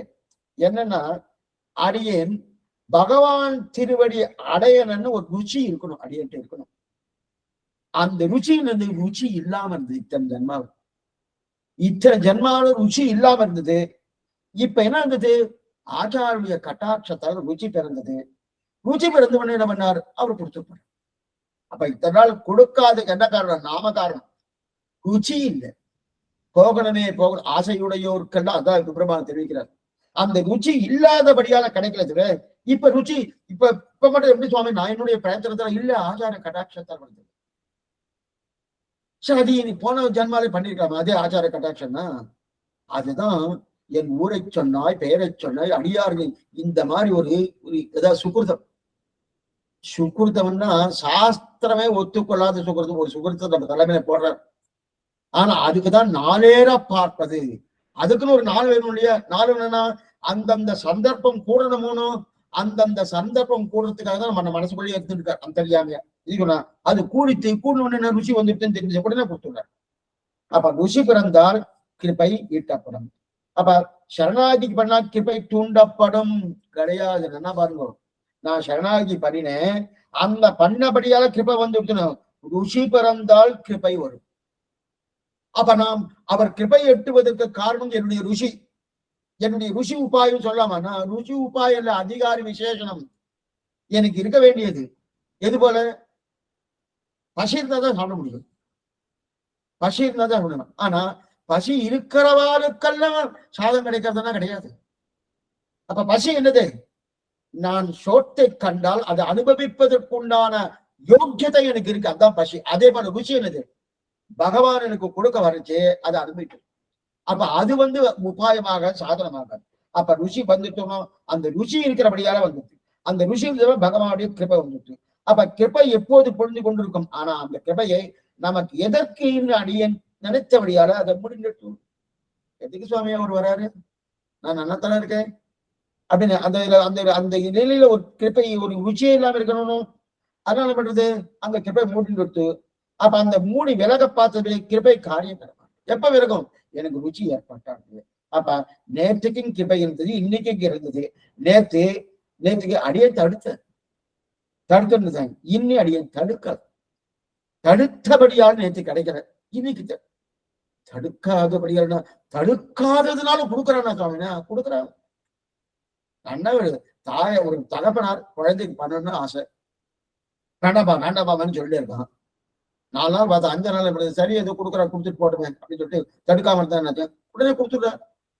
ஒண்ணுமில்லாத இந்த பிதா புத்திர சம்பந்தத்துக்கு எத்தனை நாள் இருக்கும்? 50 வருஷம் இருக்குமா? அதுக்கு மாதிரி இருக்காரு. 7 வரைக்கும் சம்பந்தம் இருக்கிற. அதனால நேற்று வரைக்கும் நான் தடுத்துட்டு இருந்தேன், இன்னைக்கு தடுக்கலை. தான் வித்தியாசம். ஆனா பெருமாளின் கிருபை தான் எப்போதும் காரியக்காரனா இவனுடைய சம்சாரத்தை மாறி மாறி பிறப்பை மாறி இவனை கை பொருந்திய போது தூக்கினது கிருபா குணம். அசையாலே முமுட்சுக்கள் கொண்டாடுகிறார். இப்ப எனக்கு ருச்சி வந்தபடியா அந்த கிருப்பதமே எனக்கு பண்ணிட்டு, அதனால நம்ம முமுட்சுக்கள்லாம் அந்த கிருப்பையை கொண்டாடுறாள் அப்படின்னு சொல்லிடுறாரு. இதுக்கு மேல ஆச்சரியமான ஆச்சரியமான சப்தம் சம்பிரதாயம் ஒருத்தவங்க சாதிக்கிறா பாருங்க, எக்ஸலண்டா இருக்கும். இந்த கேள்விப்பட்டே இருக்கணும்.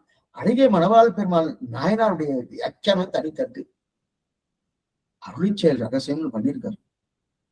ஆனா ரொம்ப உள்ள போகணும். உள்ள போயிட்டு அனுபவிச்சோம் வச்சுக்கீங்க, அந்த அனுபவத்துக்கு சமானமே இருக்கட்டும். இப்ப ஒரு ஆசிரியர் தெரிவிக்கிறா பாருங்க. என்ன தெரிவிக்கிறாருன்னா, அதாவது சக்தனுக்கும் கிருபை வேண்டும், அசக்தனுக்கும் கிருபை வேணும்.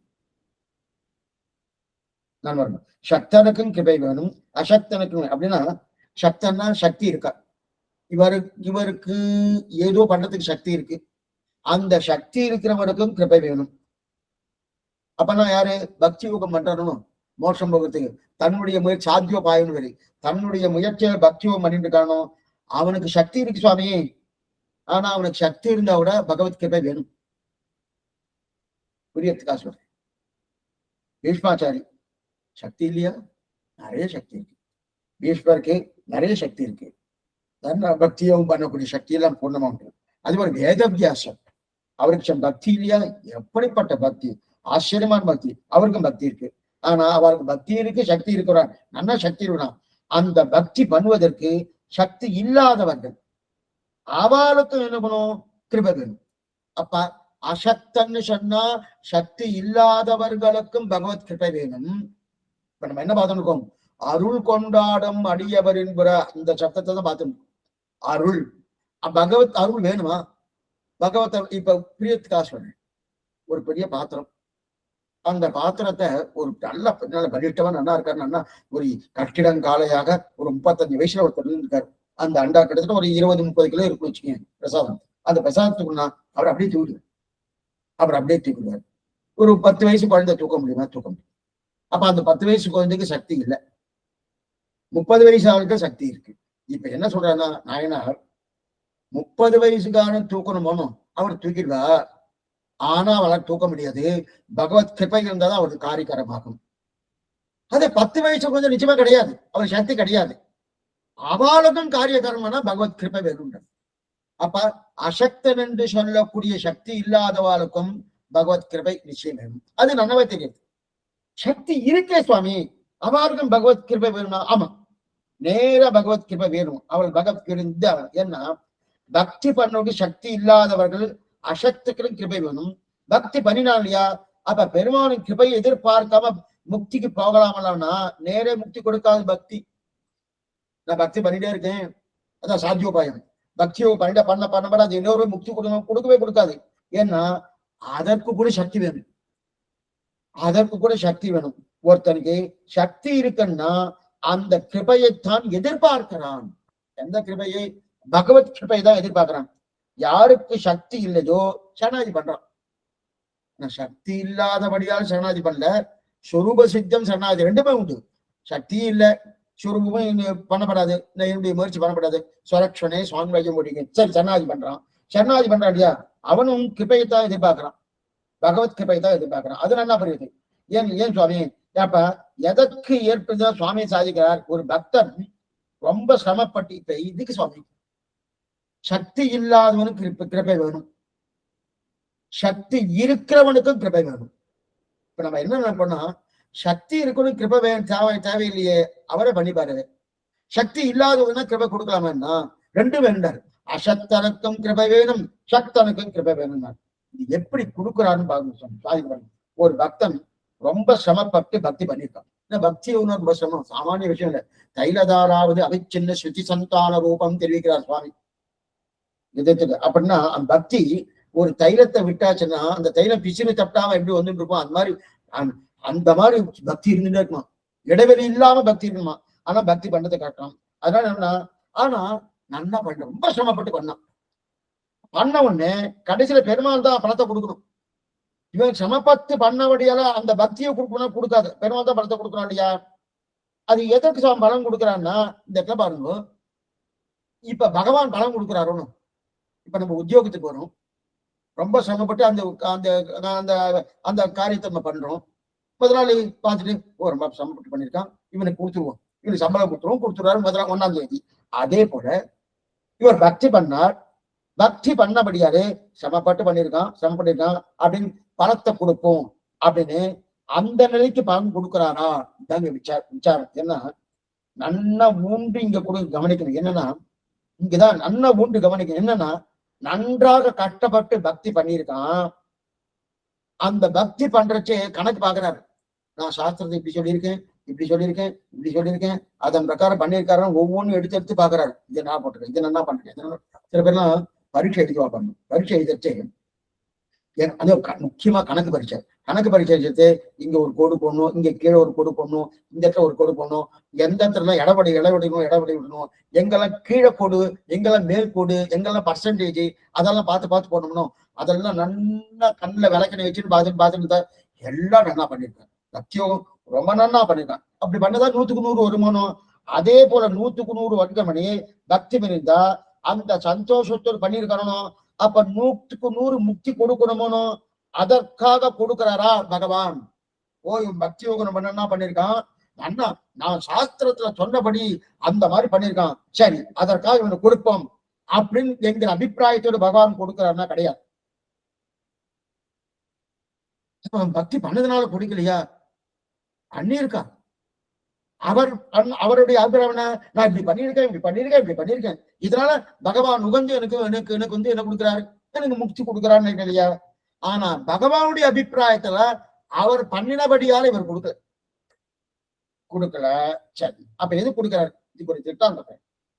எது கொடுக்குறாருன்னா, ஒரு தாயார் என்ன பண்ணா, ஒரு பிள்ளை என்னமோ ஒரு 15 வயசு பிள்ளை தாயாரை எடுத்து பேசின்னு இன்னபடி தப்புன்னு சொல்லிட்டு அவன் வரையே தப்பு பண்ணிட்டே இருக்கான். அவன் தெரிந்துற மாதிரி தெரியல. என்ன ஆயிடுச்சுன்னா, திடீர்னு என்ன பண்ணிட்டான், தாயாரை விட்டு கிளம்பிட்டான். வெளில போயிட்டா 4 வருஷம் ஆயிடுச்சு. 4 வருஷம் ஆனதுக்கு அப்புறம் தான் அப்புறம்தான் பட்ட அவஸ்தை அப்பதான் அவனுக்கு தெரியுது. ஓ தாயார் வந்துட்டேனே தப்பு பண்ணிட்டேனே சொல்லிட்டு. ஆனா தாயாருக்கு இந்த குழந்தை வேலையை ஞாபகம் எங்க போயிடுச்சுன்னு தெரியல. நான் தான் தப்பணும்னு நினைச்சுன்னு தாயார் கவலைப்பட்டு இருக்கா. 4 வருஷம் கழிச்சு தெரிஞ்சு போயிடுச்சு. இன்னும் ஆத்துக்கு வரல. ஓ இந்த இடத்துல இருக்கான்னு தெரிஞ்சு போயிடுச்சு தாயாருக்கு. தெரிஞ்சு போனதுக்கு அப்புறம் அவன் திருந்திட்டான்றதான் தெரிஞ்சுக்கிட்டு. ஓ இங்கிருந்து போறச்சே ரொம்ப தப்பா இருந்தான். தப்பான அபிப்பிராயம் நிறைய வச்சுட்டு இருந்தான். இப்ப அங்க போனதுக்கு அப்புறம் நல்லா பட்டிருக்கான், திருந்திட்டான்னு தெரியுது. எப்ப வருவான் காத்துட்டு இருக்கான். நல்லா பாத்துங்க, நல்லா கட்டும்போது இந்த எக்ஸாம்பிள் புரிஞ்சாதான் மேற்கொண்டு அப்ப சாத்தியோபாய நிட்டர்களுக்கு பகவான் எப்படி பலத்தை கொடுக்குறான்னு தெரியும். ஏன்னா லோகத்துல சொல்றதுல என்னமா சொல்லுவா, இத பண்ணா அது, அதை பண்ணா அது, அப்படி இல்லையா? அது லோக விஷயத்துல பண்ணினா பகவான் கொடுக்காதுன்றது அந்த லோக விஷயத்தோட இது ஒப்பிடவே படாது. அதைத்தான் இந்த எக்ஸாம்பிள் சொல்றேன். இப்ப அந்த குழந்தை வரணும், 4 வருஷம் கழிச்சு அவன் வரதுக்கு தயாரா இருக்கான். எப்ப வருவானா என்னென்ன அக்கார வயசுல என்னென்ன இனிப்பு பண்டங்கள் எல்லாம் பண்ணி காய்ச்சல் இருக்கா. ஒரு நாள் வந்துட்டான். வந்த உடனே அவன் தெரிஞ்சுட்டான். தெரிஞ்ச நான் எவ்வளவு தவறு பண்ணேன், எப்படிலாம் தவறு பண்ணிருக்கேன், எப்படிலாம் பண்ணிருக்கேன், இதுக்கு பிராயச்சித்தமாக என்ன பண்ணேன், நான் எடுத்து சாட்டையார அடிச்சுக்கிறேன். அது மட்டும் இல்ல, என்னுடைய தாயாருக்கு என்னென்ன வேணுமோ அதெல்லாம் எனக்கு பாத்திரம் தேய்ச்சி கொடுக்குறேன், துணி துவைச்சு கொடுக்குறேன், கடைக்கு போயிட்டு என்னென்ன மளிகை சாமான் அதெல்லாம் வாங்கி கொடுக்குறேன், என்னென்ன உதவி பண்ணுவோம் எல்லாத்தையும் பண்ணிருக்கேன் அப்படின்னு இதெல்லாம் பண்ணிட்டே இருக்கான். பார்த்துட்டு இருக்கா தாயார், பார்த்துட்டு இருக்கா. இப்ப இந்த தாயார் அந்த குழந்தைக்கு சாதம் ஊட்டுறதுல இருந்து சாதம் கொடுக்கறதுல எல்லாம் பண்ணிட்டு இருக்கா இல்லையா? இப்ப இந்த பிள்ளை இந்த தாயாருக்கு என்னென்ன உதவி பண்றானோ, பாத்திரம் தேய்க்கிறது, துணி துவைக்கிறது, தண்ணி கொண்டு கொடுக்கறது, அதற்கு மேல் கடைக்கு போறது, இதெல்லாம் பண்ணிட்டு இருக்கா இல்லையா? இதனால அந்த தாயார் அந்த குழந்தைக்கு அவங்க எல்லாத்தையும் பண்ணுவாளா, இல்ல இயற்கையாவோ பண்ணுவாங்க? அதனால இப்படி பண்ணுவாங்க, பண்ணவே மாட்டோம். என் குழந்தை. அப்ப இது பண்றது என்னது? இது பண்றது எது? இவனுடைய அபிப்பிராயத்தால, இந்த பிள்ளையுடைய அபிப்பிராயத்தால நான் தாயாரை எப்படி பாடாப்படுத்தினேன், அதுக்கு பிராயச்சித்தமா நான் இதெல்லாம் பண்ணியாகணுமோ இந்த எண்ணத்தோடு இவன் பண்ணிட்டே இருக்கான். பண்றபடியால என்ன தோன்றதுன்னா, ஓ பத்தல நான் பண்ணினபடியால தாயார் என்ன நல்லா கவனிச்சுக்கிறா அப்படின்னு இவன் நினைக்கிறான். ஆனா தாயாருடைய எண்ணம் அது இல்ல. தாயாருடைய எண்ணம்னா என் புள்ள அதுவே போறோம், வேற எதுவும் கிடையாது, வேற எதுவுமே கிடையாது. அதே போல இந்த பக்தியோக நிட்டன் என்னென்ன சிரமப்பட்டு பண்ணணுமோ அவ்வளவுதான் சிரமப்பட்டு பண்ணான். சிரமப்பட்டு பண்ண என்ன ஆயிடுச்சு, மேற்கொண்டு ஓ இவ்வளவு சிரமப்பட்டு பண்ணிருக்கான், சிரமப்பட்டு பண்ணதுக்காக அப்படின்னு கொடுக்குறான்னா கொடுக்கல. அப்ப கொடுக்கறது எதனால சுவாமி, எதனால கொடுக்குறான்னா, இந்த பிள்ளைப்படுற சமர்த்த பார்த்து எதற்கு நான் கேட்கவே இல்லையே, இந்த பிள்ளை எதற்காக சிரமப்பட்டு இருக்கா, சமப்பட வேண்டிய அவசியமே கிடையாது, எதுக்கு சமப்பட்டு இருக்கா அப்படின்னு சொல்லி காத்துட்டு இருக்கணும். எதுக்கு சிரமம் பாருங்க, அது பண்ணிட்டு இருக்கணும். அந்த சமத்தை பார்த்து இவ இந்த பிள்ளைய நல்லா ரட்சிக்கல. அப்ப சமத்தை பார்த்து ரட்சிக்காதபடியாலே அப்ப தாயார் தன்னுடைய பாசத்தால அவனை பாத்துக்கிறார். அதே போல ஒருத்தர் பக்தி யோகத்தை ஓகோன்னு பண்ணான்னா பெருமாள் பாக்குறார், இவர் என்ன பண்ணாலும் என்ன பாருங்க, இவன் என்ன பண்ணாலும் இவன் என்ன திருப்தி பண்ண முடியாது. இப்ப சில பேர் நினைப்பா, திருவாராதனை என்னமா பண்றாரு சுவாமி, ஆச்சரியமா பண்ணிருக்கேன், என்னமா பண்ணிருக்கேன் அப்படின்னு. அவெல்லாம் சரியா பண்ணல, நான் பண்ண பாருங்க அப்படின்பா. சிவர் என்ன நினைப்பார், பெருமாள் நினைப்பாருன்னா, பிரம்மாவை திருவாராதனை பண்ணி எனக்கு திருப்தி இல்லை, நீ பண்ணி எனக்கு திருப்தியா? அதனால்தான் நம்ம பூர்வத்தில் என்ன நம்ம பண்ணிட்டா, திருவாராதனை பண்ணும்போது நான் பண்ணலன்னு விட்டா. ஏங்க நான் தான் என் கையால பண்ணேன், இது என் கையில் ஆச்சாரன் கையிட்டா, நான் பண்ணலன்ட்டா. அந்த வம்பே இல்லை. நமக்கு எவ்வளவு தூரம் சகாயம் பண்ணியிருக்கா பாருங்க பூர்வாச்சாரியன். நான் பண்ணா தானே சுவாமி அவர் ஏத்துக்காது. ஏன் ஏத்துக்கனா, நீ என்ன பண்ணிட்டு இருக்க, என்ன ஒன்னாள் பிரயோஜனம் இருக்கு, ஒரு பிரயோஜனம் இல்லை. பிரம்மா பண்ணாலே எனக்கு நன்னா இருக்கு, நீ பண்ணா எனக்கு நன்னா இருக்குமா அப்படின்னு அவர் நினைச்சானா என்ன ஆகும், அதான் நினைக்கிறார். நினைச்சா. அதே போல இந்த பக்தி யோகம் பண்ணக்கூடிய இந்த వ్యక్తి என்ன பண்றான், நான் பண்ணேன் பக்தி யோகம், என்னவா பண்ணா இப்ப பெருமாள் நினைக்கிறாரு, பிரம்மா பண்ணதே எனக்கு திருப்தியாரு, நீ மட்டும் திருப்தி முடிவு பண்ணுதா? அப்ப இவன் பண்ணினபடியாலும் இவன் திருப்தி பண்ணினாரன்னா கிடையாது. என்னமோ பண்ணான், ஏதோ சாஸ்திரத்தை எழுதி வச்சேன் பரன்னு நினைச்சான், அஷடு மாதிரி நினைச்சுட்டு இருக்கான். நான் பண்ணதுனால நான் பண்ணாரு ஏதோ கொடுக்க போறான்னு நினைச்சிட்டு இருக்கான் அப்படின்னு நினைச்சேன். சரி இவனுக்கு கொடுத்துருவோம், பண்ணதுனால இல்ல இவனுக்கு கொடுப்போன்னு அந்த அப்படின்னு நினைக்கிறையா அவன் கொடுத்துட்டான். அப்ப கொடுத்த காரணம் சாஸ்திரத்தை சொன்னதை பண்ணியிருக்கான். ஓ சிரமப்பட்டு பண்ணிருக்கான், இந்த மாதிரி பண்ணிருக்கான், அந்த அபிப்பிராயம் எல்லாம் இல்ல. அசரித்தனமா பண்ணிருக்கான், பண்ணிட்டு போட்டோமே, இல்ல இப்ப இருக்கட்டுமே அப்படின்னு கொடுத்துறாரு. இது யாருக்கு? சக்தன். அதே அசக்தனு கிருபை வேணும்னு. அப்ப இந்த கிருபையானது நன்னா பண்ணியதை காட்டு, அதன் மூலம் அந்த கிருபை அல்ல. நல்லா பண்ணணும். இவன் ஒன்னும் பண்ணியே இருக்க வேண்டாவே, வெறுமனே கொடுக்கறதுக்கு கிருபை இருக்கு. எதா பண்ணான்றதுக்காக இல்ல. எதுக்கு சொல்றேன்னா, இந்த லோகத்துல அழற குழந்தைக்கு தான் பால் கொடுப்பா. அது இதை சொல்ல சொல்ல சொல்ல அப்புறம் உடனே அப்ப பெருமாள் கோயிலுக்கு போக வேண்டாம், அங்க ஒண்ணும் கைங்கரியம் பண்ண வேண்டாம், அவர் கொடுத்து வேற அர்த்தம் பண்ணா நம்ம சொரூபத்துக்கு பண்ணணும். இது ஸ்ரீவைஷ்ணவத்தை ரொம்ப நல்லா புரிஞ்சுக்கணும். நம்ம அதான் அடிக்கடி எனக்கு சொல்லுவேன், இதை புரிஞ்சுக்கணும்னா அவன் வைஷ்ணவான கிடையாது. நம்ம நன்னா பண்ணணும். இது பண்றபடியால கொடுக்கல. அப்ப பண்ணினது எதுக்கு? அவனுடைய ஆனந்தத்துக்காக. அப்ப அவன் ஆனந்தம் வந்தா தானே கொடுப்பான். இல்ல, என் சொருவன் சித்திக்கணும், நான் சேஷத்துவம் உடையவன், பாரதத்தின் உடையவன். அப்ப இப்பதானே பார்த்தோம், அருள் கொண்டாடும் அடியவர். அடியவர்னு புருஷார்த்தம். புருஷார்த்தம்னா என்ன? கைங்கரியம். கைங்கரியம் பண்ணாதான் என்னுடைய சொரூபம் சித்திக்குமானோ. என்னுடைய சொரூப சித்திக்காக நான் கைங்கரியம் பண்ணியே ஆகணும். அப்ப கைங்கரியம் பண்ணி அப்ப நான் பண்ணபடியால அவர் கொடுக்குறாரா இல்லையே? பண்ணலாம். இப்ப பானைக்கு மோட்சம் கொடுத்தார், என்ன கைங்கரியம் பண்ணிச்சு? ததிபாண்டவன் எனக்கு கொடுத்தா பாருங்க, அந்த பானைக்கும் கொடுனார். அண்ணா இன்னும் என்ன கேட்டிருக்காங்க, நீ என்ன உள்ள கொண்டு போய் வச்ச, என்ன ஏதோ ரட்சிச்சிருக்கான், ஏதோ அவனுக்கு அந்த வாய்ப்பு கிடைச்சது, ரட்சிச்சிருக்க, நீ என்ன ரட்சித்தாய், அதனால நான் உனக்கு கொடுக்குறேன். பானை என்ன பண்ணிக்கிறான்? பானைக்குள்ளதானே நீ உள்ள போன, அது உன்னை ரட்சிச்சுதா இல்லையான்னு கண்ணன் சொன்னான். வாஸ்தவம் தான். ஆனா அது உள்ளுக்குள்ள போக விட்டு நீ தானே அதுவா சொல்லித்த. நீ எங்குள்ள உட்காந்துக்கன்னு சொல்லித்தா சொல்லலையனும், நீ தானே போக விட்ட. அப்ப உனக்கு தானே ஞானம் இருக்கு, அது ஞானமே இல்லையா? ஞானம் இருக்கு, ஞானம் இல்லாத அப்படிங்கிற அர்த்தம் இல்லை, அவனுடைய கிருபையாலதான் அது. அப்ப ஞானம் இல்லைனாலும் கொடுத்துருவானா? நமக்கு ஞானம் இருக்கிறபடியாலே இந்த ஞானம் எதுக்கு? அவன் கிருபையாலதான் நான் முக்தி அடைய போகிறேங்கிற ஞானம் எனக்கு வேணும். அந்த ஞானம் கொடுக்க மாட்டான். அந்த ஞானம் என்னது? அதான் ருச்சி. புரியுது? அதான் இங்க தெரியல. அப்ப அசக்தனுக்கும் கிருபை வேணும், சக்தனுக்கும் கிருபை வேணும். ஏன்னா சரி வெறுமனே கொடுப்பான் கிருபை. இவன் தன்னை சக்தன் என்று நினைத்துக் கொண்டிருக்கிறான். இவன் சக்தனே கிடையாது. இந்த கர்ம யோகமோ ஞான யோகமோ பக்தியமோ பண்ணிட்டு இருக்கா இல்லையா? என்ன நினைச்சுட்டு இருக்கா? நான் சக்தன், நான் பண்ணினேன், நான் பண்ணபடியா அதை வந்து சுவாமி. சில பேர்லாம் வரும்போ யாராவது ஜோசியக்கார ஏதோ சொல்லுவா, சில விஷயங்கள்லாம் நம்ம பேசவே படாது. இருந்தாலும் இன்னைக்கு லோகம் அந்த மாதிரி எடுத்து ஸ்ரீ வைஷ்ணவாள்கிட்ட உபாயாந்திர சம்பந்தமோ தேவதாந்திர சம்பந்தமோ வாயிலே வரப்படாதுமா. நிறைய தான் பேசணும். உபாயாந்திரம்னா பகவானை அடைவதற்கு, பகவானை தவிர மத்த என்னென்ன பிரயத்தனம் கூட அதெல்லாம் மட்டும்தான் உபாயத்திர சம்பந்தம். தேவதாந்திர சம்பந்தம் அது எல்லாருக்குமே தெரியும். பிரயோஜனாந்திர சம்பந்தம் அதை அடைஞ்சதுக்கு அப்புறம் வேற பிரயோஜனக்காக அதுவும் பிரயோஜனம் இல்லை. இது சொல்ல வந்தேன்னா இது பேசவே படாது. ஆனா இங்க அதுதான் நம்ம நிறைய பேசுறோம். இது சொல்ல வந்தேன்னா அப்படி இருக்கச்சே இவன் என்ன சக்தன் நினைச்சுட்டு இருக்கான். சக்தன் நினைச்சிட்டு நான் பண்ணபடியால கொடுத்தா பண்ணபடியால. இவன் சக்தனே அல்ல, அசக்தன். ஆனா என்னமோ தனக்கு சக்தி இருந்தா நினைச்சுட்டு ரொம்ப கஷ்டப்பட்டு சாதன அனுஷ்டானம் பண்ணுது. அவன் நெஞ்சில ஈரம். அதனால்தான் அப்படிப்பட்ட ஈரத்தை பெற்றுக் கொடுக்கும் பெருமாள் திருவுள்ளம் ஈரம் ஏற்படுறது இல்லையா? அதனால்தான் அவன் தரையென்று ஆக்குறதுன்னு இல்ல. இவன் பண்ணபடியால கொடுக்கல, நான் சொன்ன பண்ண இருக்கட்டும், சமப்பட்டுட்டான். ஓ இப்படிப்பட்ட சமப்பட்டுக்கான சமப்படலன்னு கொடுப்பான். ஆக சக்தனுக்கு பெருமாள் திருவுள்ளத்தில் ஏற்பட்ட ஈரம் நான் சொன்னபடி பண்ணியிருக்கான். பண்ணபடியால கொடுக்கல, பண்ணியிருக்கான், சமப்பட்டு பண்ணியிருக்கான்.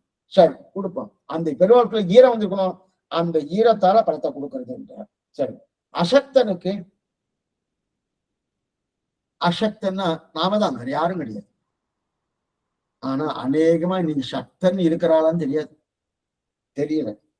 இல்லையே சுவாமி நீங்க முயற்சி எல்லாம் பண்றோமோன்னா முயற்சி பண்றீங்க, வாஸ்தவம் தான். ஆனா எல்லாத்துலயும் முயற்சி பண்றீங்க. சக்தனா எல்லா முயற்சியும் பண்ணோம், பகவான் எதையுமே எதிர்பார்க்கப்படாது. எங்க இருக்கு? ஐயா ஒருத்தர் காமிங்க, ஒருத்தரோட இன்னைக்கு சக்தன் இருக்க மாதிரி தெரியல. அன்னைக்கு இருந்திருக்கலாம், இன்னைக்கு தெரியல. அப்ப அசக்தனுக்குன்னா அர்ச்சனை எல்லாம் பண்றோம், அர்ச்சனை பண்றோம், இதெல்லாம் பண்ணுவோம், இதெல்லாம் பண்ணிட்டு இருக்கணும். இதெல்லாம் பண்றபடியாரு சாமி அர்ச்சனை பண்ணேன், அதுல ஏதோ கைங்கரியம் பண்ணேன், கோயிலை பெருக்கினேன், அதனால கிருபை வந்துட்டான்னா ஆச்சரியமா தெரிவிக்கிறாங்க. இப்ப வியாக்கியானம் வியாக்கியானம் அதாவது அடியவர் மனஸ்தப்தம், அதாவது இவனுடைய சம்சாரதம் ஒழுக்காமல் நடக்கையாலே அத்தை மாற்றி இவனை உத்தரிப்பது கிருபா குணமாகையாலே அத்தை ஆயிட்டு முகுச்சுக்கள் கொண்டாடுவது. சக்தனுக்கும் கிருபை வேணும், அசக்தனுக்கும் கிருபை வேணும். சக்தனுக்கு நம்மை பெருகைக்கு இப்படி வருத்தப்பட்டு சாதனட்டானம் பண்ணுவதே என்னவன் நெஞ்சில் நெஞ்சில் ஈரப்பாடைத்து பலசேஷமாவது. அப்பதான் அந்த மருங்கும் அட இங்க வாசிச்சுதான் சொல்லிருக்கேன். ஏன்னா நம்ம பெருகைக்கு இப்படி வருத்தப்பட்டுட்டானே, சாதனட்டான் பண்றானே, அப்பனா அதனால இவனுக்கு மனசுல ஒரு ஈரம் ஏற்பட்டு அதனால இவன் கொடுக்கிறான். அந்த ஈரப்பாயிட்டாயிட்டு அவனை பிரீத்தி அனுபவித்தது. அசக்தனுக்கு அதான் நாட்சை. ஒரு நிமிஷம். நாட்சானோ சதனோ நகா, நாட்சானோ நிகழ், அதான நாட்சானோ சதோ நகா என்றால் கிருபா மாத்திர மனோவிருத்தி பிரசீதுகா என்னும்படி இருக்கும். அங்கு அவனுடைய அனுஷ்டானம் கண்டு பிறக்கிற கிருபை, இங்கு ஆகஞ்சன்யம் கண்டு பிறக்கிற கிருபை. சொகதமானதென்று சாதகமாறு வேண்டாவா? பரகதமானவனும் சாதனமாகும்படியன் என்ன பரகதமேயாகணும் அருள் பெறுவார் அடியார் என்கிறபடியே ஆசிரியம் இவனாய் விஷயம் இவனாய் இருக்கும். இன்னொரு விசாரம் இருக்கு, இதெல்லாம் இதை முடிச்சுட்டு அந்த முன்னேற்ற சொல்றேன். என்னன்னா இப்ப சக்தனுக்கு பார்த்துட்டோம், அசக்தனுக்கு விஷ்ணு புராணத்துல 5ஆம் அம்சத்துல ஒரு ஸ்லோகம் நாட்சனௌ சதௌ நகான் இருக்கு. அதாவது பகவானே நித்தியசூரிகளும் தேவர்களும் தலைவராக இருக்கக்கூடிய இப்படிப்பட்ட தேவரீர் உம்முடைய ஸ்துதியிலே அர்ச்சனம் பண்ணக்கூடிய நிலை கூட அடியனுக்கு இல்லை, அந்த சாமர்த்தியம் அடியன் உடையவன் அல்லேன். அப்படின்னா அர்ச்சனம் பண்றதோ, உன்னை ஸ்துதிப்பதோ, சேவிப்பதோ, சரணாகதின்னு ஒரு வார்த்தை சொல்வதோ, நமகான ஒரு வார்த்தை சொல்வதோ, அதற்கூட அடியன் சக்தன் அல்லேன், அந்த சாமர்த்தியம் அடியன்ட்டு இல்லை. அடியனுக்கு தேவரீரே அந்த அர்ச்சனை பண்றதிலேயோ ஸ்துதி பண்ணுவதிலேயோ அந்த சாமர்த்தியம் இல்லை. அதனால தேவரீர் அருள் கொண்டு தயை கொண்டு அடிய இடத்திலே என்ன பண்ணணும்? தேவருடைய கிருபையை காட்டுவாயாக. எங்க தெரிவித்து விஷ்ணு புராண ஸ்லோகம் தெரிவிக்கிறது. அருள் கூர்ந்து கிருபையை காட்டுவாராக தெரிவிக்கிறான். அதைத்தான் தெரிவி. அப்ப அவருடைய திருவுள்ளத்தில் ஏற்பட்ட கிருபை, பகவானின் திருவுள்ளத்தில் ஏற்பட்ட கிருபை, அந்த கிருபை மட்டுமே நம்ம இடத்துல காட்டுறோம். அந்த கிருபை வேறு எதுவும் கிடையாது. கிருபையை தவிர மற்றொன்னு நமக்கு உபாயமா கிடையாது. கிருபையை தவிர மற்றொரு புகலிடமா கிடையாது. அப்படி இருக்கிறது கிருபை மட்டுமே. அந்த கிருபையை மட்டும் எதிர்பார்ப்பவர்கள் யாரு? அசக்தன். அந்த கிருபை நாம் பண்றபடியால வருது அப்படின்னு எதிர்பார்ப்பது யாரு?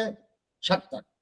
அப்ப இப்ப 2 கோஷ்டி வந்துட்டு, ஒரு கோட்டி கிருபையை மட்டும் எதிர்பார்க்கிற கோட்டி, ஒரு கோஷ்டி அந்த கிருபை கிடைப்பதற்கு என்னுடைய முயற்சி அப்படின்னு நினைக்கிறா இல்லையா, இது ஒரு கோஷ்டி.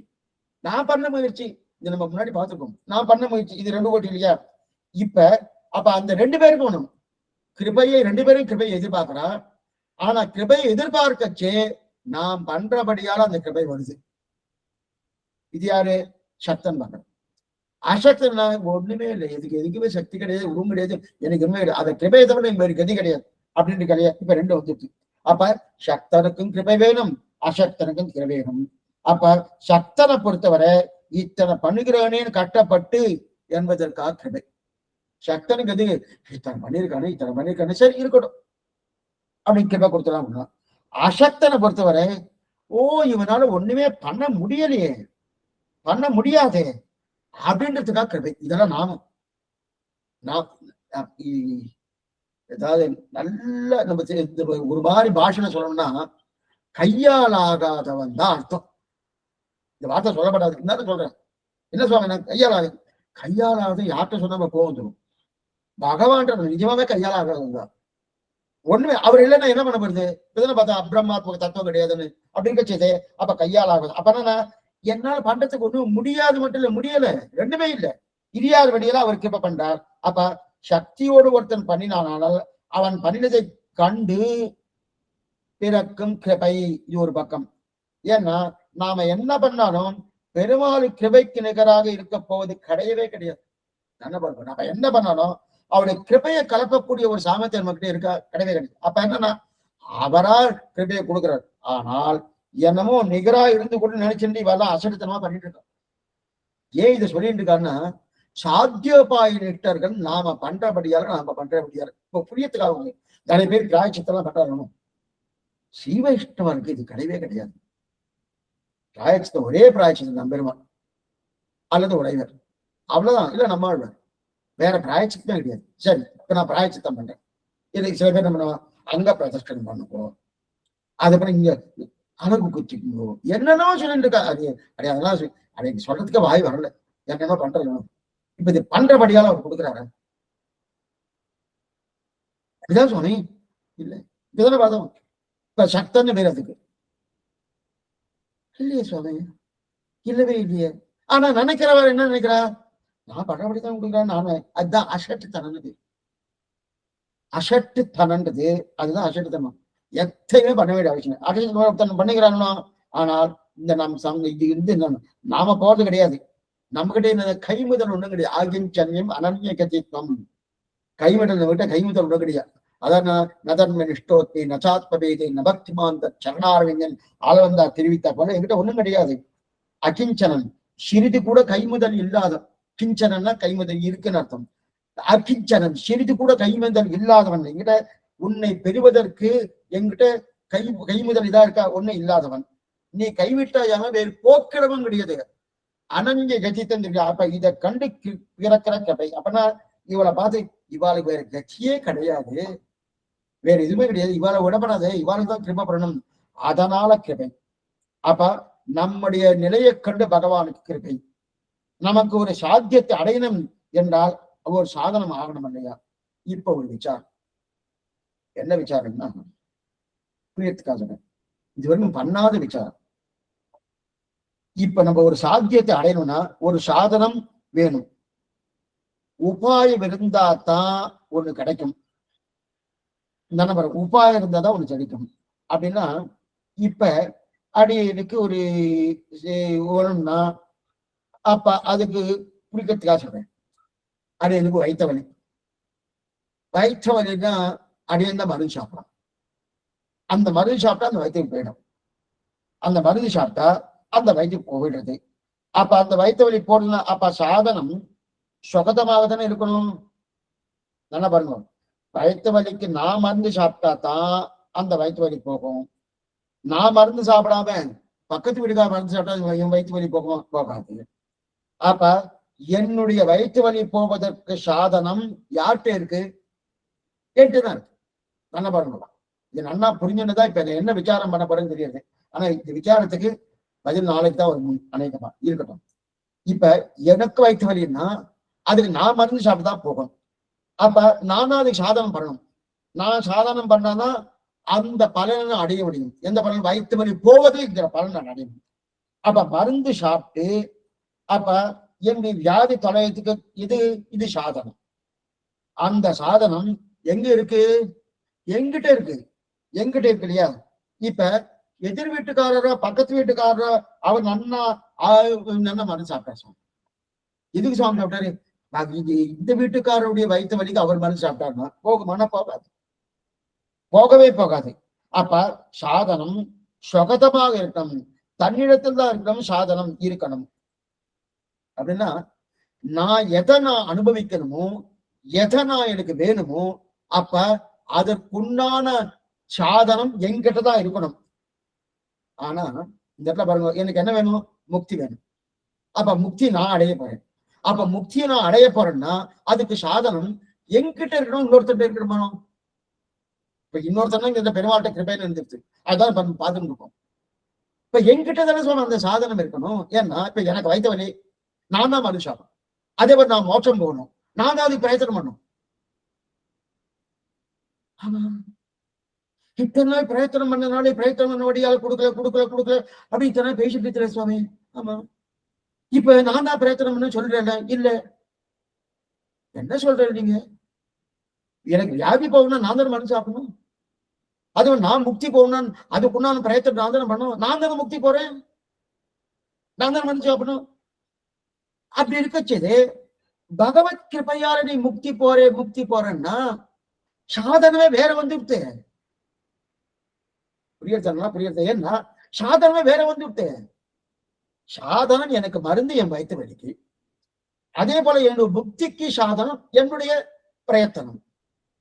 அதை விட்டு இப்ப என்ன எடுத்து என் பிரயத்தனமே இல்லை, அவர் கிருபைதான் பிரயத்தனம், அவர் கிருபைதான் கொடுக்குறான்னா அடைய மோட்சம் போக சாதனம் இப்ப அடியனிடத்துல இருக்குமா அல்லது அவர்கிட்ட இருக்குமா? அடைய வயிற்று வலி போறதுக்கு காரணம் அடியன்ட்டு இருக்குமா, எதிர்த்து வீட்டுக்காரங்க இருக்குமா? எதிர்த்து வீட்டுக்காரங்க இருந்தா வயிற்று வலி போகாது சுவாமி. அப்ப அடியன்ட்டு தானே இருக்கணும், அடியன் தானே மருந்து சாப்பிடணும். அதே போல அடியன் முக்தி போகணும்னா அதுக்கு சாதனம் என்ன? அந்த சாதனம் அடியன்ட்டு இருக்குமா அல்லது பரகதமாக என்று சொல்லக்கூடிய பகவான்கிட்ட இருக்குமா? இதான் கேள்வி. சுவாமி இந்த மாதிரிலாம் வருமா? வருது இருக்க கேட்டிருக்கா. இப்ப என்கிட்ட தானே இருக்கணும். நீங்க இத்தனை நாடி பண்ணப்படாது அவனுடைய கிருப்பையாலதான் சொல்லிட்டு இருந்தாரு. இப்ப பாருங்க, இப்ப நீங்களே மாட்டின்றோம். இப்ப நீங்க தானே சாதனம் பண்ணணும், வயிற்று வலி நீங்க தானே சாப்பிடணும். அப்பதான் என்ன பண்ணணும், அந்த யாருக்கோ இதோ வலி இருக்கு வச்சுக்க சுவாமி, அந்த ஊர்ல யாருக்கோ வலி இருக்கா, இங்க இவங்க சாப்பிட சொல்லுங்க, சரியா போயிடும். சரியா போயிடும்னா எங்க போறது? போகவே கூடாது. இவர் சாப்பிட்டதான் முடியும், இவர் சாப்பிட்டா போக மாட்டேங்குது, அப்புறம் வேற யாரும் சாப்பிட்டா எங்க போறது அப்படின்னு இருக்க. அப்ப சாத்தியத்தை அடியேன் தான் சாதிக்கணும். அப்பனா முக்தி போவதற்குண்டான ஒரு நிலையை நான் தான் பிரயத்தனப்பட்டு சாதிக்கணும். அப்ப சாதனம் அடியேன்ட்டு தான் இருக்கணும். சாதனம் அடியேன்ட்டு தான் இருக்கணும். அப்ப கிருபை பகவான் தான் சுவாமி இருக்கு. அப்ப பெருமாளுடைய கிருபை சாதனம் ஆக மாட்டாது நான் முக்தி போவதுக்கு.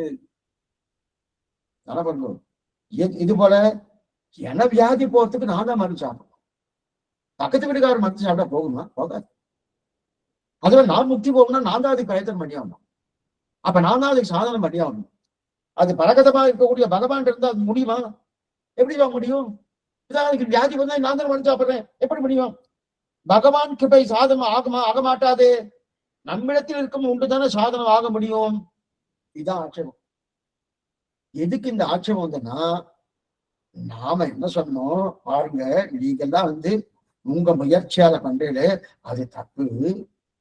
அந்த முயற்சி பண்ணப்படாது. பகவத் கிருபைதான் கிருபையால் தான் போயிருக்கோம். உங்க முயற்சி ஒன்றும் கிடையாது. அவன் அனுகிரகத்தை தான் போறோம். நம்ம சொன்னோம், அசக்தகனுக்கும் பகவத் கிருபை, சக்தனுக்கும் பகவத் கிருபை சொன்னோம்.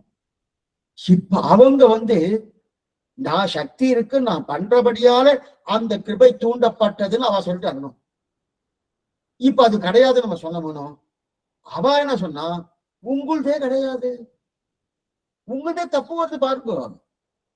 ஏன்னா சாதனை என்கிட்ட இருக்கணும், நான் பிரயத்தனம் பண்ணணும், அப்பதான் வியாதி போகணும்.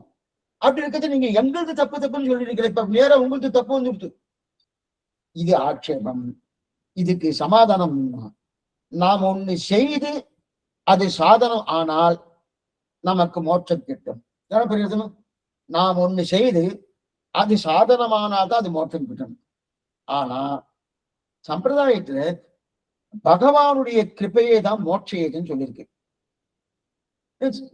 நிறைய பார்த்துக்கோம். அவன் கிருபையை தவிர மத்தொன்னு கிடையாது. உன்னால் அல்லால் யாவராலும் உண்டு குறவேன் நீர்கழித்துக்க கட்டாட்சம் மயர் வர மதுரம். ஒண்ணு இல்ல 1000 சொல்லாது மயர் வர மதுரம் அப்படின்னு தெரிவிக்கிறது. சரி, வேட்டுக்குபாயம் அவன் நினைவு. அங்கங்க பிரயோகாச்சாரியர்கள் வேட்டுக்கணும், நான் மோட்சம் போகணும், அவன் நினைவு முக்கியம் அப்படின்னு தெரிவிக்கிறாள் இல்லையா? அதை பிராப்திக்கிட்டனால அதுவும் அவனது இன்னொருடைய உணர்வில் என்பர் ஒருவனை அவனது உடற்பொருட்டு என் உணர்வுள்ளே இருத்தினேன், அதுவும் அவனது இன்னொருடைய தெரிவிக்கையா? உண்மனத்தால் என நினைந்திருந்தால் இடவந்த எந்த பிரான ஆச்சரியமான திவிதேசம் திருவிடவந்தை திவலம் வெண்மதி போல் செழுங்கடலில் அமுதிலில் பிறந்த அவனம் உண்மனத்தால் என நினைந்திருந்தாய், நீ என்ன நினைச்சிட்டு இருக்க அப்படின்னு தெரிவிக்கிறாரியா? இதேதான் நம்மளால் கேட்கிறார். இவள் திறத்தென் செய்கின்றாயே, இவள் திறத்தென் செய்திட்டாயே தெரிவிக்கிறார் இல்லையா? அப்படி இருக்காச்சே பேற்றுக்கு உபாயம் அவன் நினைவுன்னு சொல்லிச்சு. இப்ப உபாயம் சொகதமா இருக்கணுமா பரகதமா இருக்கணுமா? அப்படின்னா உபாயம் என்கிட்ட இருக்கணுமா பகவான்கிட்ட இருக்கணும்? என்கிட்ட இருந்ததான் வியாதி தொலையும். நான் மருந்து சாப்பிட்டதான் வியாதி தொலையும், எனக்கு வயிற்று வலி தொலையும். அதே போல நான் முக்தி போகணும்னா நான் தான் பிரயத்தனம் பண்ண இல்லையா? இப்ப இந்த கேள்வி வந்தது. அப்ப என்னிடத்தில் இருக்குமா சொகதமா இருக்குமா பரகதமா இருக்குமா? உபாயம் பரகதமாக இருந்தால் அப்ப லோகத்தை எல்லா இடத்துலயும் என்ன பாருங்க, அதை பண்ணினால இல்லைன்னா அடியனுக்கு பலன் கிடைக்கும். இதுல பாருங்க, இப்ப உபாயம் பரகதன்னு வச்சுக்கோ. பரகதனை வேற யார்ட்டும் இருக்கு, பகவான்கிட்ட இருக்கு. பகவான்கிட்ட இருக்கு வச்சுக்கோ. அவர்கிட்ட இருக்கு, அவர் தான் எனக்கு பண்றார், பண்றபடியே எனக்கு முக்தி கிடைக்கிறது, நான் ஒண்ணும் பண்ணல அப்படின்னா எனக்கு வயிற்று வலி வந்துருச்சு. பக்கத்து வீடு காட்டுவாங்க, வாணி வரும் கூட்டேன், என்ன கொஞ்சம் மருந்து சாப்பிட்டுருக்கோம், என்ன என் வயிற்று வலி போகும். சுவாமி உங்க வயிற்று வலி பொறுத்து நான் மருந்து சாப்பிட்டா எப்படி வாங்கினா? அப்படிதான் சொல்லியிருக்கு. பகவான் கிருபை பண்ணா எனக்கு மோட்சம் கிடைக்கிறது, நான் ஒண்ணும் பண்ண வேண்டாமா. அப்படி வேணும்ட்டு நாஸ்திகம் பேசுற மாதிரி பேசிட்டு இருக்கேன். அப்பதான் நல்லா புரியும். ஏன்னா இந்த மாதிரி தான் நீ கேட்டிருக்கா, நாஸ்திகம் பேசுற மாதிரி பேசிட்டு இருக்கேன். ஏன்னா அவர் பண்ணா போயிடுமா, எனக்கு மோட்சம் கிடைச்சிடுமா, அதுவும் நீங்க மருந்து சாப்பிடுங்க, நான் எனக்கு வயிற்று வலி போயிடும் அப்படின்னா சரியாகுமான்னா. அதே போல இன்னும் குழந்தை வந்துது, பள்ளிக்கூடத்துல வந்துருக்கு. என்ன பண்ணுது, 6ஆம் வகுப்பு படிக்கிறது அந்த குழந்தை. வந்துட்டு 4 மணிக்கு வந்துட்டு குழந்தைய தாயார் பார்த்து, அப்பா எனக்கு சாரி அம்மா, எனக்கு பசிக்காது, சாதம் போடு வந்துட்டு. ஏய் இப்பதான் உங்க அப்பா சாப்பிட்டாரு, அப்பா சாப்பிட்டாச்சுன்னா உனக்கெல்லாம் எப்படி பசிக்கும்? பசிக்காத சொன்னா எப்படி பசிக்காம போயிடுமா? பசிக்காத, நீ என்ன அப்பா தான் சாப்பிட்டாரு, உனக்கு எப்படி பசிக்கும்? அப்ப சாதனம் சுகதமாக இருக்கும் போது, அப்ப பரகதமாக இருந்தால் சாத்தியம் சித்திக்குமா? பரகதமானா வேற யார்கிட்ட இருந்தா அந்த சாத்தியம் சித்திக்குமா? முக்தி கிட்டுமானா கிட்டக்கூடாது என்பதான் இப்ப நம்ம பார்த்துட்டு இருக்கோம். ஏன்னா எனக்கு வயிற்று வலி போகணும்னு நான் தான் மருந்து சாப்பிடணும், நான் முக்தி போகணும்னு நான் தான் அதுக்கு பிரயத்தனம் பண்ணணும். அப்ப பகவான்கிட்ட விழுந்தது எப்படி சுவாமி இருக்கும்? பண்ணும் பண்ணாதே, அதான் பார்த்துட்டு இருக்கோம். முக்தி கிடைக்குமா கிட்டக்கூடாதுன்னு பார்த்துட்டு இருக்கோம். ஆனால் இதுக்குதான் ஆபாத பிரதீத்தின்னு பேரு. ஆபாத பிரதீத்தின்னு மேலிடந்த வாரியான விஷயம் இது. என்ன பாத்துங்க, மேலிடந்தவாரி முடிச்சுறேன், மேலிடந்த வாரியான விஷயம் ஏன் என்பதை சுவாமி விசாரிக்கிறார்கள். இப்ப பரகதமான குணம் என்பது கிருபை. அப்பனா பகவத் குணம் இருக்கிற அது கிருபை. பரகதமான குணம் இது கிருபை. அந்த ஈஸ்வர கிருபை அடியேன் மோட்சம் போவதற்கு எப்படி சாதனமாகும்? அதாவது அருள் சாதனம். அந்த அருள் இருப்பது பகவானுக்கு. ஆனா அந்த அருளுக்கு இலக்கு யாரு? அருள் இருக்கணும், அருள் யார்கிட்டயே காட்டணும், அப்பதான் அருளுக்கு பேரு. ஒருத்தர் வள்ளல்னு சொன்ன, பெரும் வள்ளல் சுவாமி, என்ன பண்ணிருக்கார் சுவாமி? ஒரு பைசாவோட கொடுத்தது இல்லை சுவாமி. அப்ப வள்ளல் தன்மை நிற்குமா? நிற்காது. அப்ப வள்ளல் தன்மைக்கு இலக்கு எது? தர்மம் பண்ணணும், நிறைய தர்மம், அதான் இலக்கு. அதே போல பகவானுக்கு அருள் இருக்கு, அருள் இருக்கு. அந்த அருளுக்கு இலக்கு வேணுமோ? அந்த அருள் சாதனம், அந்த அருள் இருப்பது பகவானுக்கு. ஆனா அந்த அருளுக்கு இலக்கு யாருன்னா, அருளுக்கு ஆசிரியம் பகவான். அருள் இருப்பது யார் இடத்துல? பகவான்கிட்ட தான் இருக்கு. ஆனா அருள் இருப்பது பகவான் இடத்துல. அந்த அருளுக்கு இலக்கு யாருன்னா நாம தான். அந்த அருளுக்கு இலக்கு நாம. அதனால்தான் நமக்கு மோட்சம் கிடைக்கிறது. ஆனா நம்ம எது போல? இப்ப ஒண்ணு சொல்றேன், இப்ப சொன்னா நல்லா பண்ணுது. இப்ப யஜமானன் யாகத்தை பண்றான். சில பேர்லாம் சுவாமி சுதர்சனம் பண்ணணும், எங்க வீட்டுல கொஞ்சம் சமங்கா இருக்கு அப்படின்னு சொல்லி நிறைய ரிக்வீத்துக்கெல்லாம் கூப்பிடுறா. கோதா வந்தாச்சு, உத்காத்தாலாம் வந்தாச்சு. வந்து எல்லாரும் ஓஹோ ஓஹோ ஓஹோன்னு நிறைய புகை வந்துட்டு என்னமா நெய்யா விட்டு இருக்கா, அப்படியே அக்னி ஜோரம் நேரம் போயிட்டு இருக்கு, பட்டுப்படையா போட்டு பூர்ணாவதி எல்லாம் பண்ணிட்டு இருக்கா. எல்லாம் வந்துட்டு சுவாமி பண்ணவதெல்லாம் யார் சுவாமி? ரிக்வீத்துக்கள். இவெல்லாம் பண்ணிட்டா, இவெல்லாம் ஓஹோ ஓஹோன்னு பண்ணிட்டா. பலன் யாருக்கு? பண்ணவாளுக்கு தானே பணம் இருக்கணும். பணம் யாருக்கு சுவாமி? அந்த எஜமானுக்கு பலன். பண்ணவாளுக்கு பண்ணது இவரு, யாருக்கு பலன்? எஜமானுக்கு. அதே போல புரியத்துக்கு ஒண்ணு சேர்த்து சொல்லிடுறேன். இன்னைக்கு விவாகம் நடக்கிறதுனா, கல்யாணம் நடக்கிறதுனா, கல்யாணம் நடக்கிறச்சு மந்திரங்கள்லாம் சரியா சொல்லணும். வாத்தியார் என்னென்ன சொல்லிக் கொடுக்குறாரு சரியா சொல்லணும். அப்பதான் யாரோ கை கொடுக்க வருவா, அப்பதான் யாரோ கவர் கொடுக்க வருவா. அப்ப செருப்பொண்டு வேற வந்துடும். நேர அக்னி பகவான் ஆவாகனம் பண்ணி உட்கார வச்சிருக்காரு. அங்க கும்பத்துல கும்ப பகவான் அந்த தேவதை வந்து உட்கார்ந்துட்டு இருக்கு. அப்படி இருக்கச்சு நேர செருப்பொண்டு வந்துருவா. வந்துட்டு என்னென்ன எதோ அதெல்லாம் பண்ணிட்டு இருக்கா. இருக்கட்டும், அப்படி இருக்கச்சு அங்க கை கொடுக்குறா, இது கொடுக்குறா, அது கொடுக்குறா. வாத்தியார் தான் சொல்லுவார். ஒவ்வொரு மந்திரம் வாத்தியார் சொல்லியாரு. உடனே ஒருத்தர் கேட்டார், சுவாமி கல்யாண புள்ள வாத்தியாரா பிள்ளையா அப்படின்னு. ஏன் சுவாமி, அவர் தானே சுவாமி மந்திரம் சொல்ற, இந்த பிள்ளையாட சொல்ற மாதிரி தெரியுதுன்னா என்ன பண்றது சொல்லல, ஆனா கல்யாணம் பண்ணிக்கிறது அவர் தானே, சொல்றதெல்லாம் இவர் தான், சொல்றதெல்லாம் இவர் தானே, வாத்தியார் பண்ணிட்டு இல்லையா, அதே சொல்றது இல்லையா, அப்ப மந்திரம் இவர் தான் சொல்லிட்டு இருக்காரு. ஆனா அங்கதான் போறதனும் மந்திரம் பரகதமா இருக்கா சுகதமா இருக்கான்னா அப்படின்னா மந்திரம் என்னிடத்துல இல்ல, ஆனா கல்யாணம் நடந்தது இவருக்கு தான் தெரியல, வாத்தியார் கிடையாது. அதே போல ஒண்ணு வேண்டாம். இப்ப ஒரே விஷயம் சொல்றேன், தசரதன் ரிஷிசிங்கரை வைத்துக் கொண்டு புத்திரகாமேஷ்டி யாகம் பண்ணார். 4 குழந்தைகள் பிறந்தார், ராம லட்சுமண பரத சத்ருகுணன். யாகம் பண்ணது ரிஷிசிங்கர், அவர் தான் பண்ணியிருக்கார். அப்ப அவருக்கு தான் சுவாமி குழந்தை பிறக்கணும். குழந்தை பிறந்த தசரத சக்கரவர்த்தி காட்சி, அது எப்படி சுவாமி, அது என்னமா வரும், பண்ணதை வருதுன்னு. தசரதம் உட்காந்து யாகத்துல என்ன அக்னில எல்லாத்தையும் சேர்த்தாங்க இல்லையே, ரிஷிசிங்கர் தானே பண்ணார். அப்ப பண்ணிருக்குது அவரு தானே குழந்தை பிறக்கணும், அவரு பிறக்கல, தசரது குழந்திருக்கானே, குழந்திருக்கு. எப்படி என்னமா சுவாமி, புத்திரகாமை ஆட்டுமே சாதனம் இருந்தது அப்படின்னா குழந்தை பிறந்தது யாருக்கு, ரிஷிசத்துக்கு பிறந்திருக்கணும்னா இல்லையே. ஏன் தசரதம்னா சாதனத்துக்கு இருப்பிடம் ரிஷசிங்கர் தானே பாருங்க, சாதனத்துக்கு இருப்பிடம் ரிஷசிங்கர். ஆனா இலக்கு தசரதம், அந்த சாதனம் அடையக்கூடிய இடம் எதுன்னா தசரதம். அதே போல சாதனத்துக்கு இருப்பிடம் பகவத் கிருபை, பகவான் இருக்கு. அந்த இலக்கு எங்க அப்படின்னா நம்மகிட்ட வந்து, நம்மகிட்ட வந்து அதுக்கு இலக்கு அதுனா. அப்ப இந்த சாதனம் சொகதமா இருக்கணுமா பரகதம், சொகதம்னா நம்ம கிட்ட, பரகதம்னா பகவான்கிட்ட. சொகதமா இருக்கணும் பரகதமானா இத பரகதமா தான் இருக்கணும், சுகதமா இருக்க முடியாது. அப்ப சொகதமா இருந்தா என்ன, வியாதிக்கு வேணா இருக்கலாம். ஆனா இந்த பலனை சொல்றச்சு, இந்த பலன் வரும்போது என்ன ஆகும்னா அவர் தான் கொடுக்கணும், அவர் கொடுக்குறாரு. அவர் என்ன ஒண்ணு வேண்டாம், நம்ம நாம நிச்சயமே நம்ம கோயிலுக்கு போறோம், கோயிலுக்கு போயிட்டு அர்ச்சனை பண்ற போனோம். அநேகமா நிறைய பேருக்குலாம் இந்த அர்ச்சனை பண்றச்சு அவ குடும்பத்துல 30 பேர் இருந்தா 30 பேருடைய நட்சத்திரம் என்ன, ராசி என்ன, எல்லாத்தையும் நல்லா ஞாபகம். இதை வச்சுக்கிறதுக்கு சகஸ்நாமத்தை ஒரு 40 பேராது நல்லா ஞாபகம் வச்சுக்கணும். அதை விட்டுருவா, அவளுக்கு என்னென்ன நட்சத்திரம் என்னென்ன ராசி எல்லாம் வச்சுக்கோ, எல்லாத்தையும் சொல்லிடலாம்.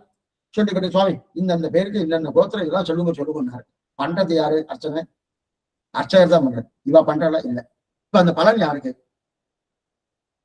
சுவாமி சாதனம் அங்க இருக்குன்னா அது சாத்தியம் நம்மகிட்ட வருது. அந்த சாதனத்துக்கு இலக்கியது நமக்கு வருது.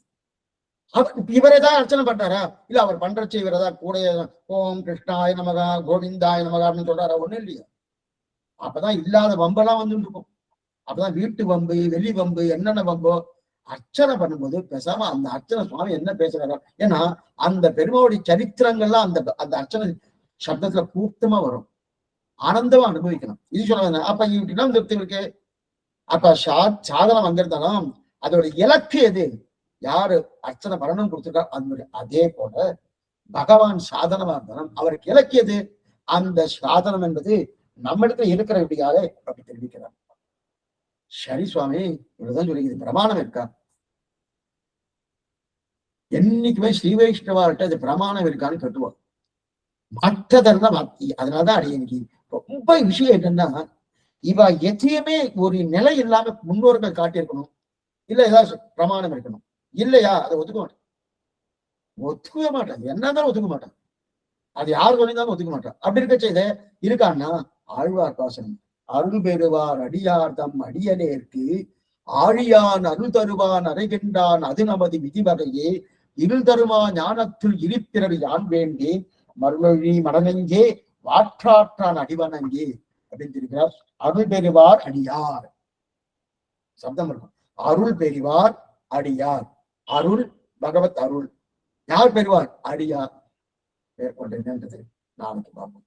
ஆழ்வார் என்பது மனாத்திய துரியேசன் ஆச்சாரியன் திருவேசன் ராகவதாரன் திருவடிகளே சரணம்.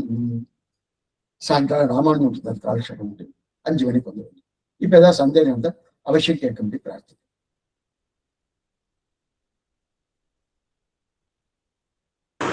படியன் ராமானுஜதாசன் சுவாமி, சேவிச்சுக்கிறேன் சுவாமி, திருவடி பல்லாண்டு சுவாமி.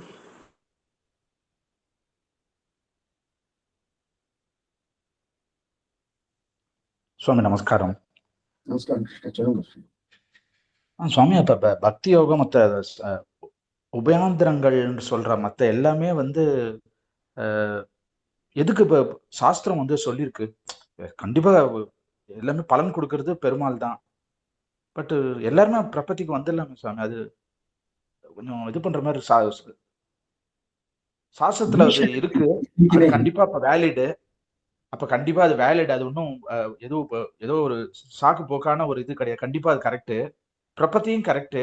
ஆனா வந்து பலன் கொடுக்கறது 2 பேருக்குமே பலன் கொடுக்கறது பெருமாள் தான்.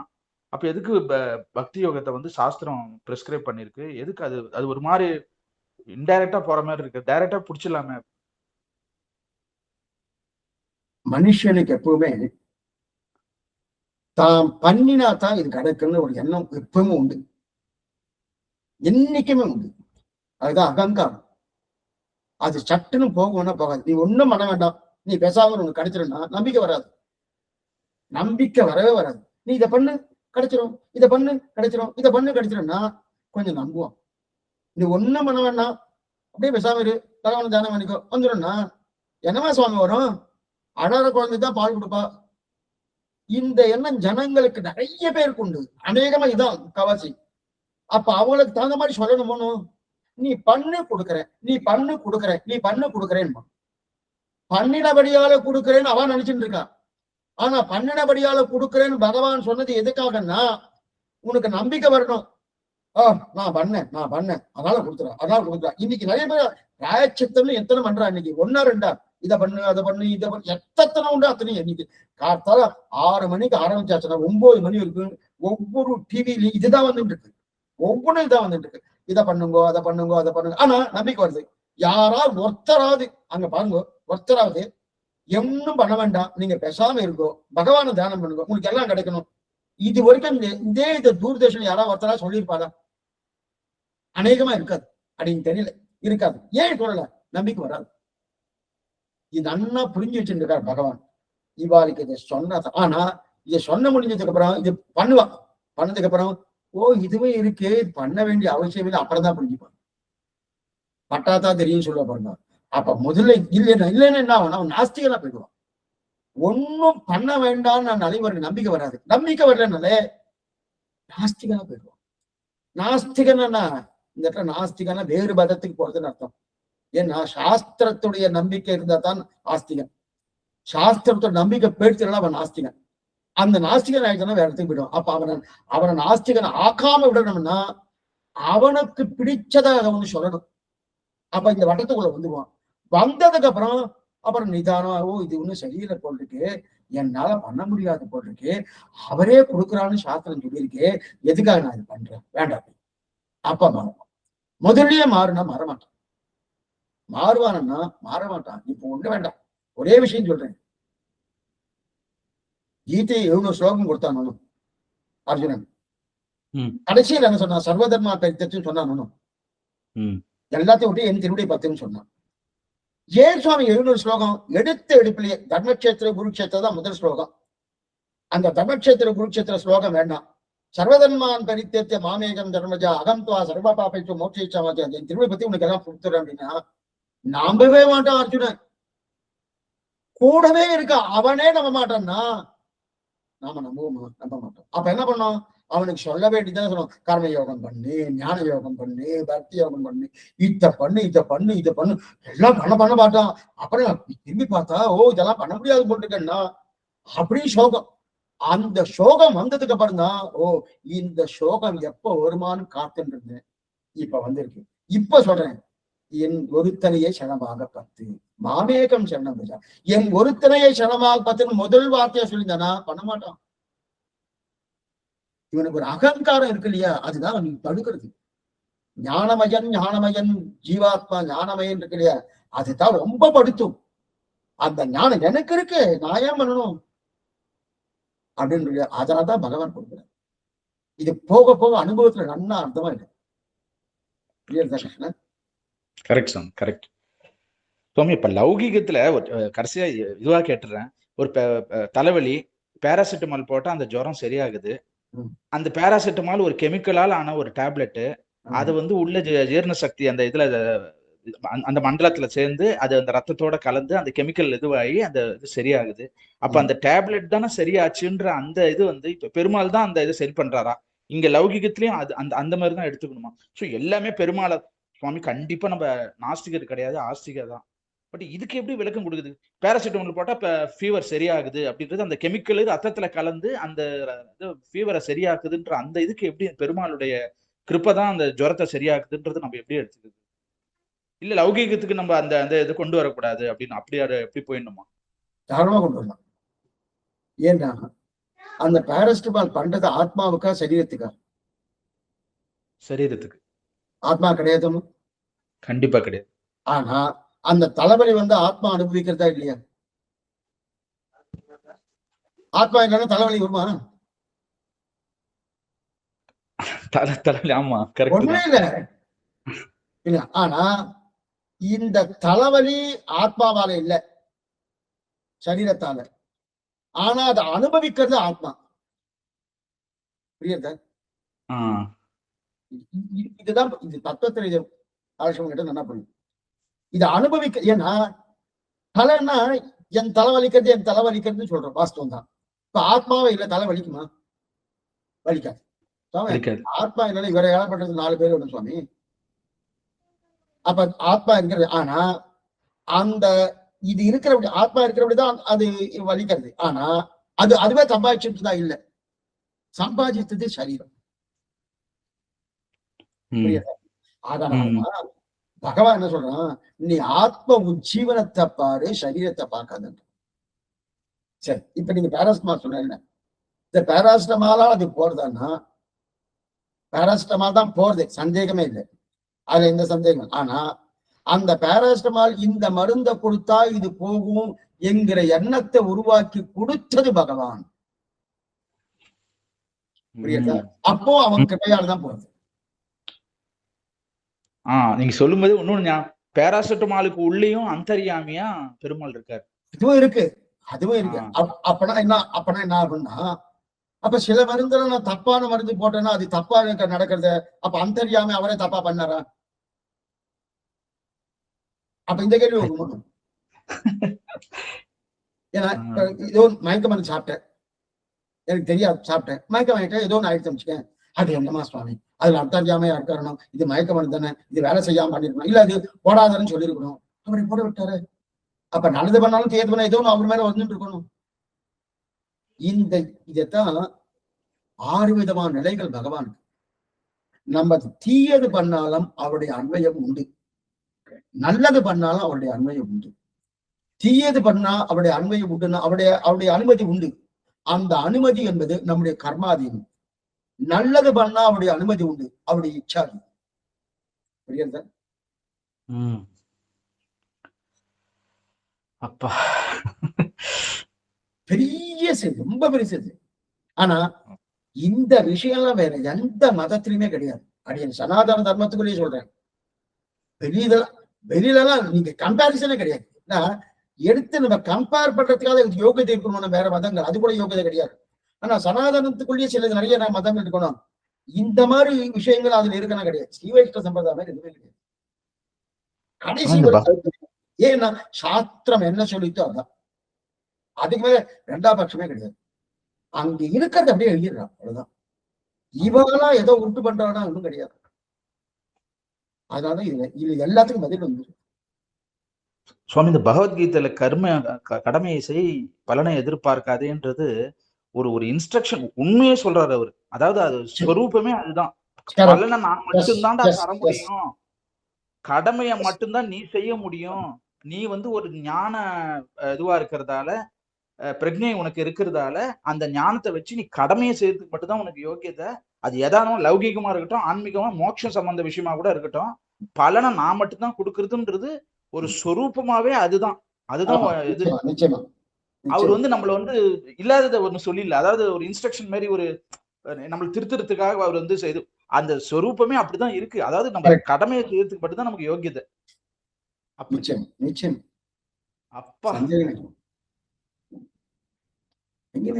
First class.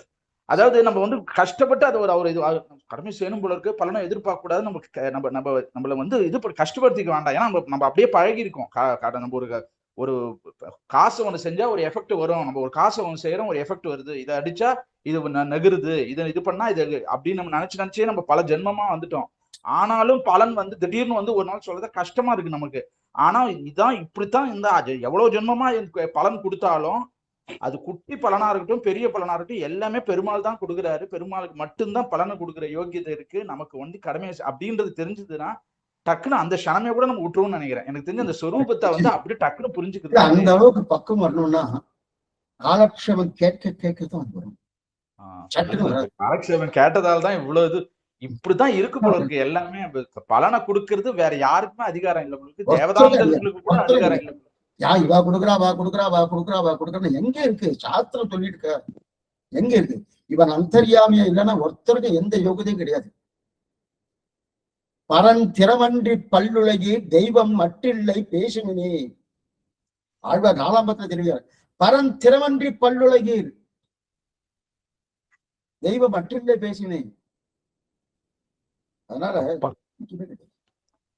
குலதெய்வம் ஏதோ ஒண்ணு கொடுக்குது. நம்மளோட குலதெய்வம் அது பெருமாள் இல்லாத குலதெய்வமா இருக்கட்டும், மத்த இது அவா கொடுக்குதுன்னு சில பேர்லாம் ரொம்ப இது பண்றா. குலதெய்வ வழிபாடு ரொம்ப இதுவா இருக்கு. ஆனா அங்க கூட வந்து பெருமாள் தான். ஏன்னா அந்த குலதெய்வத்தோட அந்தர்யாமியாவும் பெருமாள் தான் இருக்காரு. அதான் அப்படி இதுவா போகுது. அப்பா ரொம்ப ஃபர்ஸ்ட் கிளாஸ். அதாவது இப்ப கடமை செய் பலனை எதிர்பார்க்காதேன்றது நம்ம கஷ்டப்பட்டு நம்ம இது பண்ணிக்க வேண்டாம். சொரூப்பமே அப்படித்தான். அவ்வளவுதான். அது தன்னடையே ஒண்ணு, தன்னடையே வரும். எத்தையுமே பண்ண வேண்டாம்.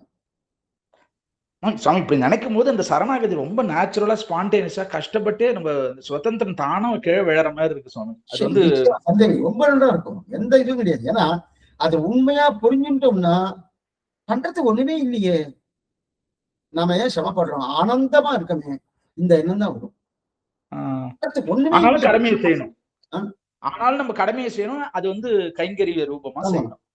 அப்படிதான் இருக்கும். பண்றது ஒண்ணுமே இல்லையே, இது இன்னும் இருக்குன்னு சொல்லிட்டு இருக்காது. பண்ணதான் ஒண்ணுமே இல்லையே அப்படின்னு தோணும். நிச்சயம் அதுதான் உண்மை. அப்ப அந்த பொறாம வராது. இன்னொருத்தன் வந்து நிறைய கம்மியா செஞ்சு அவனுக்கு நிறைய பலன் வருது, நம்ம நிறைய செய்யறோம் கம்மி பலன் வருதுன்னு ஒரு பொறாம. ஒரு ஆபீஸ்லயே கூட சொல்றேன், ஒரு இதுல கைங்கரியத்திலேயே கூட சொல்றேன். அவன் சின்ன கைங்கரியம் தான் பண்றான், பெருமாள் பாரு அவனுக்கு டைரக்டா பிரசாதம் பெரிய லட்டா கிடைச்சிச்சு, எனக்கு சின்ன லட்டு கிடைச்சிச்சுன்னு அந்த பொறாம கூட அவன் பலனை கொடுக்கறது அவன் பெரிய லட்டா கொடுக்கணும் அவனுக்கு முடிவு பண்ணிட்டான்னா நம்ம எதுக்கு அதை போய் போட்டி போடணும்? எல்லா இந்த துர்குணங்களுக்குமே கூட இந்த இது புரிஞ்சுக்கிட்டாவே இதுவாயிடும் போல. அடியன் சுவாமி.